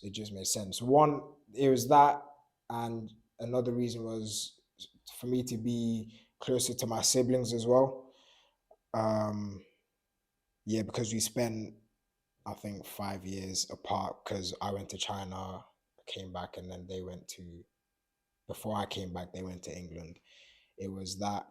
And I've got a lot of friends in South Africa, and I just thought, I'm really comfortable here. I've got a lot of good friends. I've got family, and we're blessed to stay in a really nice house, a really nice neighborhood. My parents are doing well, but I was just comfortable. And when I know I'm getting comfortable, I start getting uncomfortable, because I know that there's stagnancy in comfortability. Do you know what I mean? So having traveled to China, I needed a new stimulus, a new challenge, something to, conquer and overcome. The good, obviously, those are the benefits of traveling, but now it's kind of altered my mind, because I feel like I always need something else. And that's semi counterintuitive, because at this point in my life, I want to build roots, or if not do that, excel and advance in my career, so that wherever I go after that, wherever I decide to pivot to, I don't have to start from ground zero. Do you know what I mean? Yeah, because I suppose that's the negative of living in different places. You don't get to settle down, put your roots in, as you say.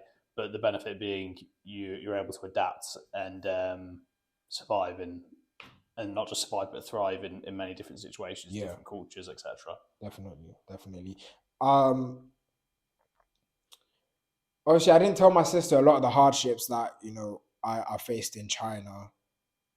Not because I was hiding them. We just never really have those conversations. But and I also, when I speak about it, it almost sounds to me anyway like I'm complaining, and I'm like my father. I hate complaining. I also don't. I listen to people who complain. But me and my dad, we were speaking one time. I think we are having dinner, and I said to my dad, the mere fact that I survived in China means that I can be anywhere else on the world and excel, and and live, do well. Do you know what I mean?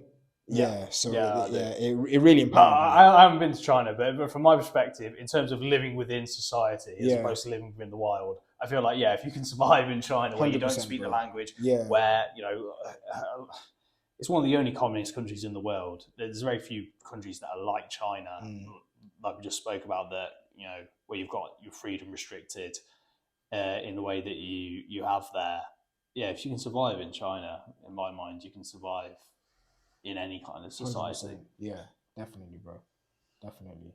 It's a blessing. I see a lot of things in my life as blessings, man. Even things that don't necessarily go well, everything happens for a reason. And if you shift your mindset and your perspective to think that everything that happens is a blessing, then you're always going to come out victorious, as opposed to, I'd much rather come out victorious than come out a victim.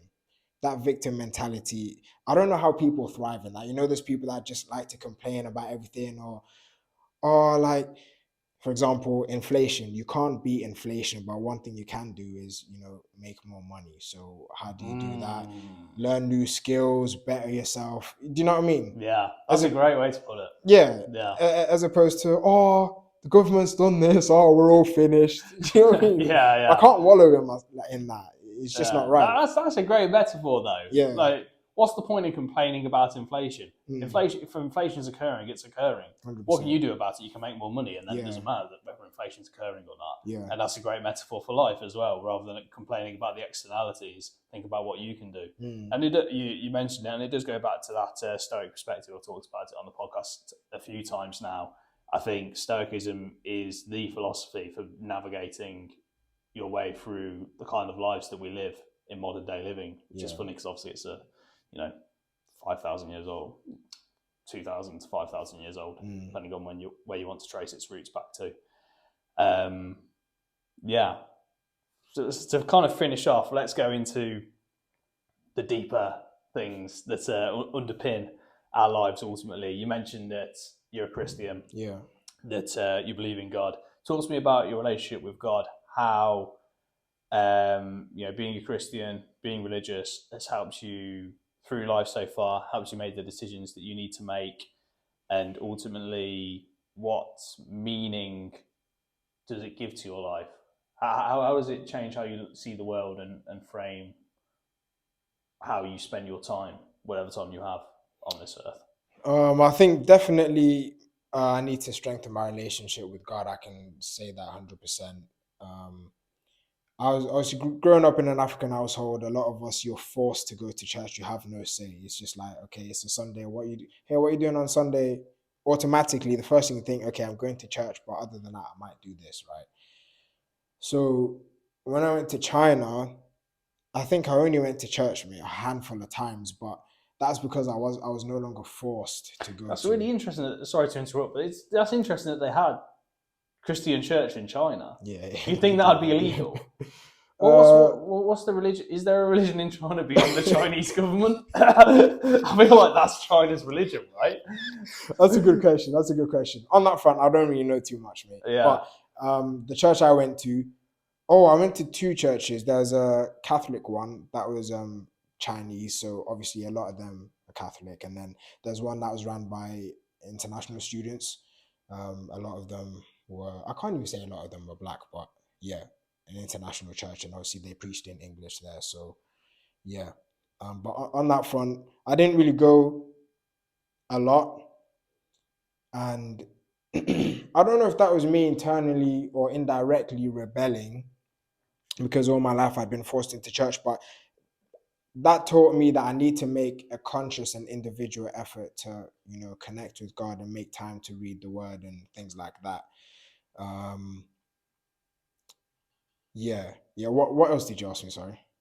Yeah, just about your relationship with God, how, like I said, believing in God, being religious, frames how you live your life, and what you ultimately think the meaning of life is. So I think it helps me because it gives me like a moral compass. I think I'd be too free and too liberal if I didn't operate within certain parameters. And with Christianity, I don't feel like it locks you or ties you down to, things like, I don't feel like it ties you down to a lot, but your base system and your belief has to be there.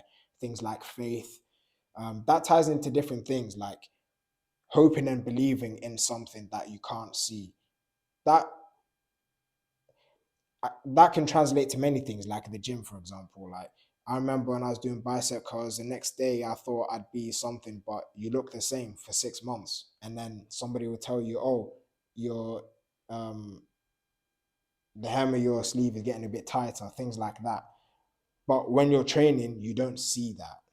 but it's, continuing to do that. So with religion as well, I feel like it makes more sense if you practice it as well, as opposed to just, okay, I went to church, I did my 2 hours and things like that. You've got to be fully submersed in it. So that's one thing that I'm definitely working on.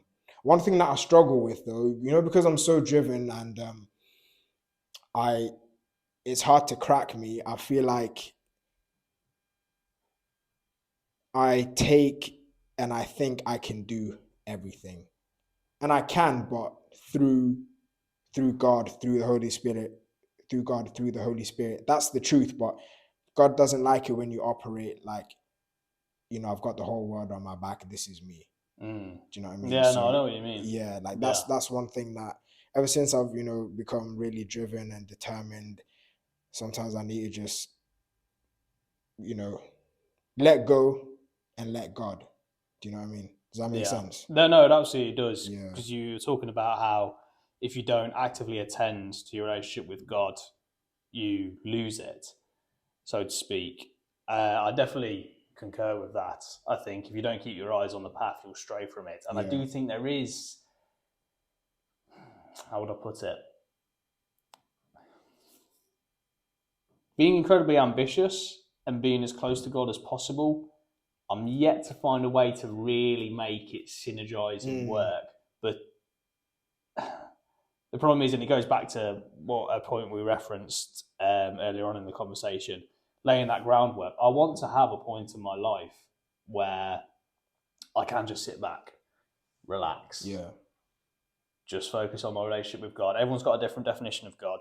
I'm not a Christian. Everyone knows my stance. I'm incredibly religious. Even though I don't follow a religion, for me, I find a big connection with God in nature. It's maybe more of a spiritual connection with God, to use the lingo or use the semantic term that people tend to today. So for me, I want a period in my life where I've got that freedom to be outside, be in nature, not have anything on the docket, not have to worry about money, not have to worry about this. And the way I see it, there's two paths to that. There's either you just abscond from society today, you go off into the wilderness, learn how to hunt, fish, forage, all of this, and never come back and do it that way. Okay? Now, the problem with that is it's very difficult because we don't have the skills to do that. You're going to have to hope you learn them on the fly, otherwise you are going to die. Yeah. And number two, you're going to have to find some people to go out with you because otherwise it's going to be very lonely. Yeah. And maybe you'll find enlightenment in that loneliness, in that aloneness. But humans are social creatures. I think if you wanted to have a long, happy life, then you need other people to go and do that with. So you'd have to find a tribe in the Amazon. That's a very difficult scenario to be faced with. And I always say, if the other option fails, I'm going to pull that nuclear option. And I stand by that. But the other option is you work very hard. And in this day and age with social media, globalization, technology, you work very hard doing something that is as fulfilling as possible to you, make the world a better place in doing it, and also make your money, be successful, and then have that to sit back on, to then be able to have the freedom. It's that financial freedom, but that freedom, people go, what's your financial freedom for? For me, financial freedom is so then I can live a life where I am completely focused on the spiritual path, the spiritual journey, as we were talking about with Joe Rogan. So in my view, ambition, being incredibly busy and focused on essentially a man-made goal isn't necessarily conducive to having the best relationship with God, the earth, with togetherness as possible. But I see it as a necessary portion of my life in order to be able to have that completely, as much as I can, one day in the future. Because the other option is to just completely remove yourself from this whole man-made game that we have, and that's a serious step to take. 100%. Who knows? Maybe one that I will at some point if this all fails. Definitely. Can I ask you a question? Is this how it works? You can ask me a question. Cool. It always throws me off because I'm so focused on asking people questions. Cool. So we've spoken about it sometime last year. But what are your thoughts on semen retention. Do you agree with it? Do you practice it? What are your experiences? All of that. Yeah. Okay, we're going into it. Yeah. So, I think ultimately you should practice retention, even if it's intermittently. I think a good comparison would be fasting. When we talk about fasting, we're not saying starve yourself for 40 days or never eat again. Fast intermittently, maybe eat in an 8-hour window each day, or maybe fast for 3 days every 3 months. Have those breaks, because being full all the time, the dopamine of eating food that tastes nice all the time is a dopamine trap, and it's also not good for our bodies.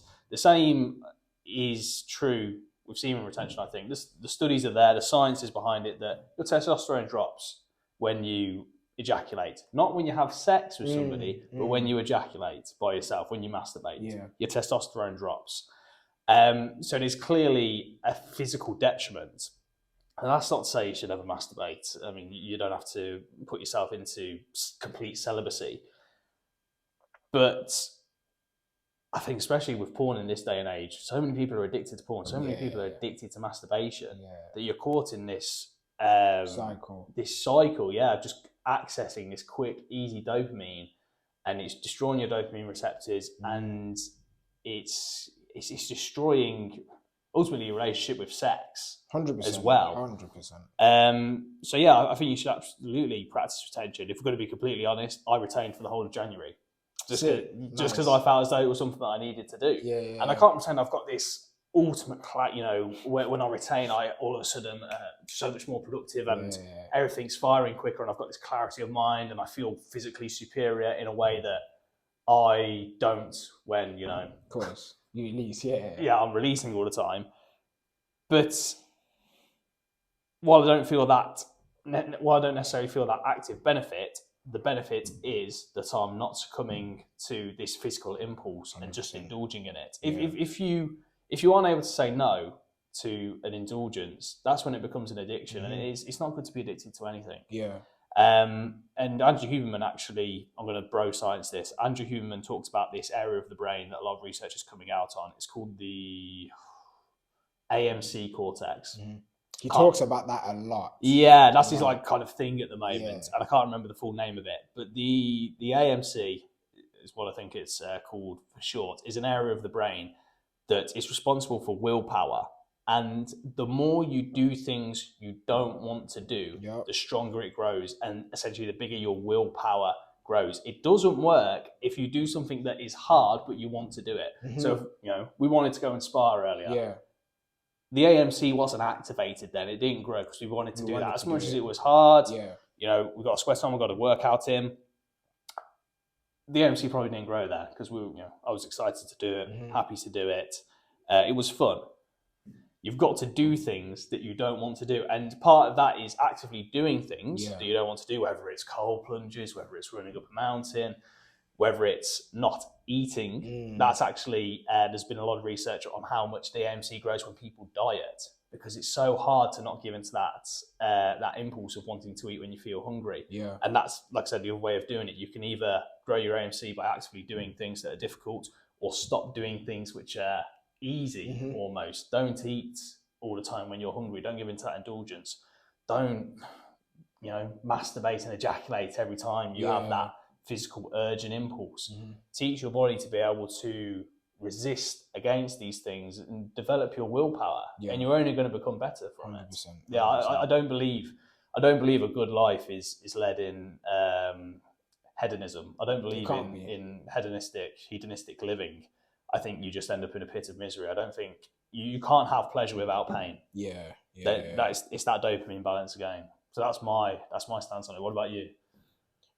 I feel like there's an extra battery pack it plugged in me when I retain. Oh, you feel that the extra charge, so to speak.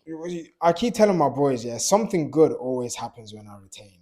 Okay, it's really weird. But, or maybe I'm more receptive to those good things that are happening because I retain. But I don't feel like there's extra energy. But after I do release, I can feel like, mate, I'm depleted 100%. And even when I wake up the next day, I feel like, oh man, I remember this time last week when I was retaining, I felt, kind of revitalized and things like that. So for me, I definitely feel like there's a huge difference. I feel like I'm a better man when I am retaining. Things just happen naturally as well. Like, okay, for example, whether you're in a relationship or whether you're not, you will go to speak to that girl that, you've been looking at, or the one that's been eyeing you.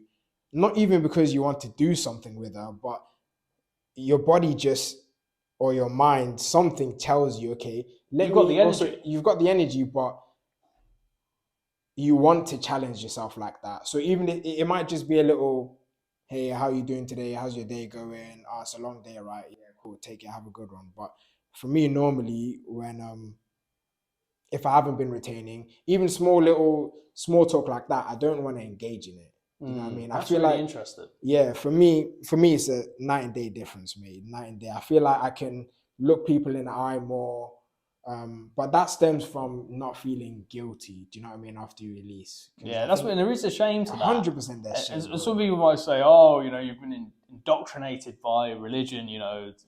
Some people to feel fine masturbate about it. is sinful." But for me, it's not that. It's not like I feel ashamed, like God's watched me sin. I feel like ashamed in the same way as if I get a McDonald's on the way back from training. I wake up the next morning, I'm like, I didn't need to have that. It's done nothing good for me. Yeah. I don't. And again, I feel like I've got less willpower now as a result of that. Yeah. I don't feel as orderly. I don't feel as though I've got my ducks in a row as much. And you can't become overly neurotic with it, but for God's sake, like practice some restraint. Yeah, 100%. I think you're also, as a man, you're a more powerful man if you can say no to. Yes, I sexual think that's it. urges and desires. I think being a man and willpower are two things. Willpower is something that's very important. Yeah. For a man to have. Yeah, 100%. Yeah. I feel like a lot of us, especially in this day and age, we just succumb to a lot. But it makes sense because there's so much stimulus on the internet, and it's so accessible. And if that algorithm gets its hooks in, if you let that algorithm know, you know what I mean? Like, yeah, 100%. Like my boy Wilson back in SA, he opened up his explore page and it was clean. It was like sick. And then I was like, yeah, mate, I want yours. I want mine to be like yours, because I'd open up my explore page and there'd be girls that pop up. Yeah. But I'd press not interested, but nothing would change. Yeah. And then, but there's a setting like about explicit content or whatever. And the stuff that was coming up wasn't explicit. I just didn't want to open my phone to random girls all the time. So now that I've put that on, it actually does what I want it to do. So be boxing content, cars. What setting's dogs. that? I'll have to show you after. Yeah. Well, that's on Instagram. Yeah. Makes a huge difference. I think Jordan. I know a lot of people that need to know about that setting. I do too. Random, I know. I can start airing it, but mate, you have to think. Jordan Peterson said, like, and I'm gonna butcher this, but it's not normal, we see more women in a day on our phones than what men did back in their entire lives, bro. Is that not insane? And it can't be healthy to open up your phone to social media and see a girl with her cheeks out in a bikini against your will. Like, do you know what I mean? Somebody said that on TikTok, and I thought that makes a lot of sense. When I open up my Instagram, I want to see what my friends are doing. Yeah. Or, see what athletes are doing or things like that. But I'm now being bombarded with half-naked women. I don't want it, and it's not healthy, but I can say this now. When I was younger and a lot more impressionable, I'd gladly take it. Yeah. So what does that say about our offspring? What does that say about the future? Do you know what I mean? It has to be regulated to an extent. Well, as it has to be regulated on these apps. Or do what I do. Internally regulated. Yeah, 100%. 100%. Yeah. No, it's interesting. That's such a good point. And I think like I said, the statistic I always use, can't remember where it's from, but apparently 150 people is like the maximum number of humans that a human being can have like a proper relationship and connection with. And with social media now, God, like we speak to so many people and we see so many people. And like I say, you see more women in one day on Instagram or wherever than a hunter-gatherer would in his entire lifetime. 100%. And I think it might be Jordan Peterson that it might have been Jordan Peterson, sorry, that talked about this. It leads you into being too much of a perfectionist in what you're visually looking for in a woman. Number one, I was just going to touch on that. These photos are airbrushed, they're photoshopped a lot of the time, perfect lighting, all of this stuff. It's not a real representation of what that woman looks like. That's why, they've had surgery, they've had lip fillers, everything. They've been it's almost a science that they've undergone to become as attractive as possible. And you're seeing all of these women, and it's almost like the more options, the worse. I keep referencing studies that I can't actually call upon, but there was another study, a psychological study I read, and it was talking about how the more options people have, the less happy they are, regardless of whatever option they have. Because you're presented with too many options, you don't know how to choose. You don't know how to choose from them. It's like when you go to a restaurant, again, linking it back to food again, but it's a very good metaphor. You go to a restaurant and the menu's flooded with options. You're like, I don't know what to have. You choose something, you think, should I order that? Should I order that? Whereas if you went to a restaurant and it had 3, quality items on the menu, you'd much more easily make your decision. You're like, okay, well, I like beef rather than chicken, so I'm going to go with the beef. And funnily enough, that's something Gordon Ramsay always used to do on those kitchen nightmares. It's like, there's too much stuff on your menu. Just cut it down. And I think that's a good principle. We've got far too many options. Way too many. Yeah. Well, mate, I'll show you, I don't know, Kiki. I'll show you a picture of Kiki, right? And she'll look beautiful. I don't know who Kiki is. This is not anyone. Don't come at me. But I'll show you a picture of Kiki and she'll look beautiful. She'll have everything you want, right? But you don't know that she's had so many surgeries and she didn't look like this when she was 22. Now, when you go look at Sally on the street, you don't even appreciate Sally, but Sally's the finest on the block. Do you know what I mean? Yeah. It warps your vision and your reality. More so, not even more so, but equally with body dysmorphia that a lot of athletes go through. Not even athletes, just normal people like us. Yeah. When you see all these fitness people, some of them may be on gear, some of them may not, but because they're only going to post right after a pump in a perfect light, and you look at yourself in the mirror and you've done everything, your nutrition is good, but you don't look like that, you get frustrated. But that's not reality. When you see these guys walking about in the street, they look like normal people. Yeah. You know what I mean? They look like normal people. It goes to show, and I've experienced it myself. I remember, like a couple of months ago, when I had comps coming up, you take a photo together after training. A photo that was taken on a Saturday, it came up on WhatsApp so we could all share it to Instagram. And I looked at myself and I was like, oh my God, I look like a melted bowl of porridge. I look awful. I'm supposed to be lean, I'm supposed to be cutting weight. I put the photo up anyway. But then it was the Tuesday. So what, we're talking 3 days later.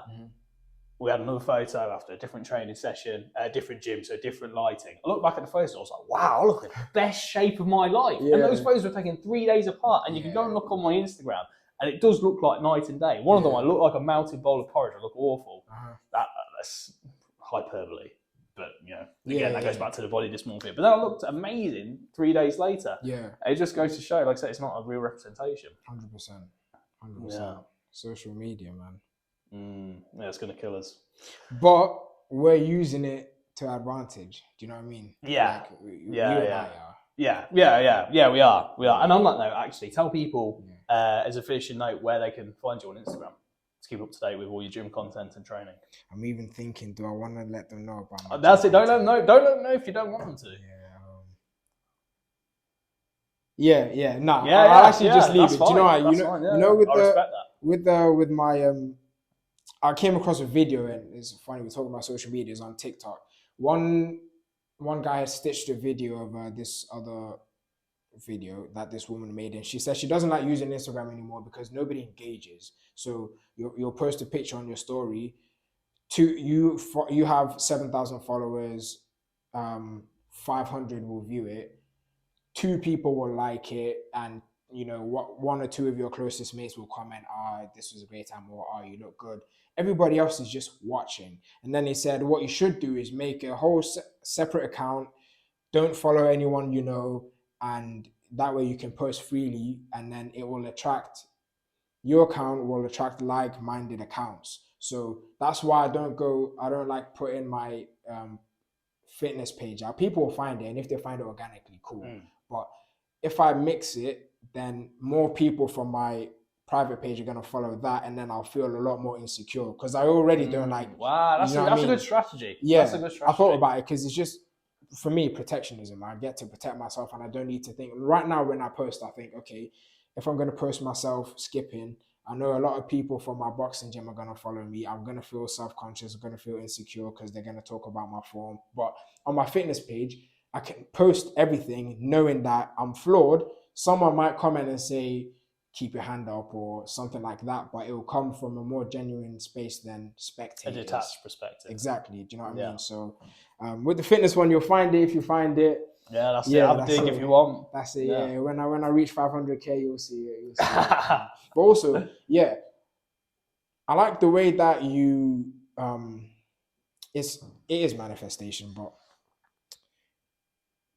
after we finished sparring, you spoke like how I speak to those closest around me. You said, yeah, one day when I have, Hormozy or Chris Williams on the podcast, I think we should all be speaking like that because it's almost like prayer. Like, firstly, I'm trying to say a lot of things at one time, but the tongue is powerful, and if you speak what you want as though it already is, one, it will come to fruition, but you're aligning yourself to that reality, and it's no longer a dream. It's just time that's separating the two. Your frequencies are aligning yourself to what you've just spoken, as opposed to, I wish one day. If you wish, you'll never get it. With money, like, I wish, one day, if I ever get a Porsche, if you ever get a Porsche, it will always be a dream. But if you say, when I get that Porsche, everything you do, the steps thereof will align, your actions will align to you eventually getting in that Porsche. Do you know what I mean? Yeah. I just forgot to mention it after we were sparring. But yeah, man. But no, it's absolutely nobody true. I know does that. And Really? I don't say it, I only say it to my family and my close ones, because people outside that sphere, that realm, think you're being conceited, or do you know what I They mean? think you're Things like arrogant. that. Exactly. Yeah. Exactly. But that's not the reality. Right? You're just aligning yourself to the goals that you have. Does anyone else speak like that? Yeah. Really? Yeah, the guys that train him. That's sick. Yeah. Those are a group of guys to be Yeah, no, around, man. yeah, We need no, more people we like are. that, for real. Yeah, We're definitely. blessed. Like That's the sick. people, yeah, the boys that train him. Yeah. The Hardy Warlord HW1 boys. Yeah. Like No, shout good out to guys, them. man. Yeah. Like, Yeah. when I get this title, when I am the champion, like, you need to speak like that. I don't understand how, else you're always in that chasing mindset, and I don't think that's particularly healthy. Do you know what I mean? I just think, and I talk to my mum about this a lot because my mum's naturally a pessimist, and we fall out about it a lot. I appreciate the fact that it's easy for me to say this because I'm naturally optimistic. Bro. So interesting, because my mum's the same. Hey, mum, I love you, but for real, bro. And we do sometimes fall out about it. Interesting you said that. But no, that is interesting actually. Yeah. But I know it's easy for me to do because I'm aware, like, I'm naturally just geared towards optimism.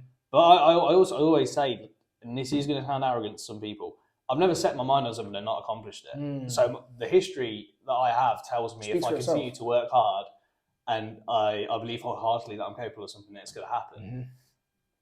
That may be arrogant to some people, but I've got results that tell me that that's true. And I can't remember what else I was going to say in relation. So the power of spoken word, is incredibly powerful. 100%. There's lots of quotes going on. You see the quotes circulate on social media, and one that's very popular at the moment, I can't remember who said it. It might have been Bruce Lee, that your body doesn't know the difference between when you're joking or not. When you make a self-deprecating joke, your body doesn't know that. And some people believe in energies and frequencies and how they pertain to the soul more than others. Regardless, like, you've got to be careful of what you say about yourself to yourself and what you think. Yeah. Because that circulates in your mind, and you might say it as a joke, but it might, cling onto a little branch somewhere in there. Definitely. And you might start believing it. If you say it enough times, you will start believing it, and that can either work for you or against you. So, be careful of don't just be careful of what you say to yourself, but actively say things that are going to benefit you. Definitely. And some people think it's all woo-woo self-manifestation. Well, say that it is all woo-woo self-manifestation. Yeah. It works. Exactly. So exactly. you know, whether you want to believe it's a complete placebo and you're just psyoping yourself in a positive way into success. But okay, say it is that. What's wrong with that? Exactly. You lose nothing. You lose exactly. nothing.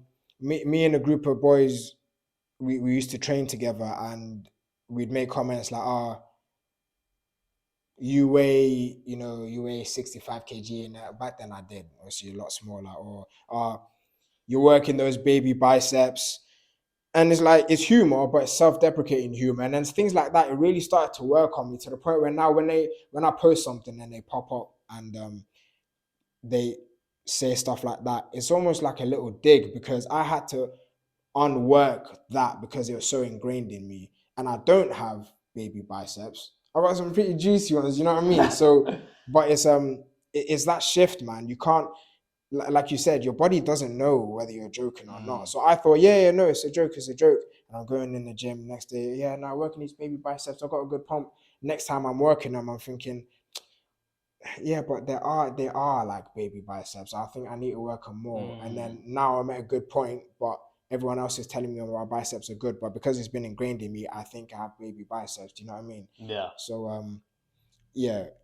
But besides gym, but you know, even when I pray and manifestation, they're kind of similar. And also in the Bible it says, you know, you yourself, you are a God. So it's almost as though you're praying to yourself, and it kind of is, because you're speaking to yourself. So me, when I pray, if I want a Porsche GT3 RS, I won't say please give me, I'll say thank you for this. Do you know what I mean? Like, I'm studying right now, thank you for my, great results, I'm a qualified bookkeeper, things like that. So it's a reality. It's no longer far-fetched now. Do you understand? So I'm now in that realm. Yeah. Does that make sense? No, I absolutely know what you mean. Yeah. Yeah. To me, it's all connected. 100%, bro. God, I think there is a higher power that I call God, and I also think we're all a part of it. I think as much as that is a higher power, it is a power that exists within this world. It's what connects us all. I do think we're all one, and it goes back to that being on an ambitious path and trying to maintain that perspective and attend to that is difficult, because when you're on an ambitious path and you're in, the societal world of competition, you view people as your competitors, especially like actually competing in a sport. I have an actual competitor. Yeah, I'm going to step onto the mat and look across at somebody that is my competitor. There's going to be a winner and there's going to be a loser. So it's difficult. Like I said, to remember that at the end of the day, like, it doesn't matter, man. It doesn't matter. We're all one. There's a God. You're God. I'm God. We're all connected. And if you've got to throw in the ambition and move out to the mountains one day and never come back, then that's what you got to do. Yeah, 100%. Just one more thing, just a little small comment. One thing that kind of made me take a step back and reevaluate things is that, the pictures of Jesus we be seeing, that's not Jesus, bro. Did you know that? Well, I didn't know that, but I hadn't been told that. Yeah. But I mean, that makes sense to me, because Jesus grew up in the Middle East. Yeah. So he's going to look like somebody from the Middle East. Yeah. But rather than a white man with a beard. Exactly. Not that there's anything wrong with Jesus being white, but it's just not an accurate representation of what he would look like. Yeah, man. So and I heard the story of how it came into play, this about a king and the son, and they just decided to put him as the face of Jesus, and they went to every household and said, you must put this up and blah, blah, blah, and how that got passed from generation to generation to the point that we are now. That's insane. And it makes me think, have we all been bamboozled? Do you know what I mean? You know what? It goes back to that point of identifying with people of the same race and culture as you. Because in medieval times, try selling to, Old English society a picture of Jesus that looks Middle Eastern when you're going out to the Middle East and fighting the Crusades. Yeah. You know what I mean? They're not going to identify with that Jesus. Exactly. You're here in England, like Catholicism, Jesus had to be white in order for people to connect with Jesus. You're right. I didn't even think about that. Yeah. You're right. That's a great point. Yeah. I just thought I'd throw that in there. That's great. Interesting. Interesting. That's great. Yeah, man.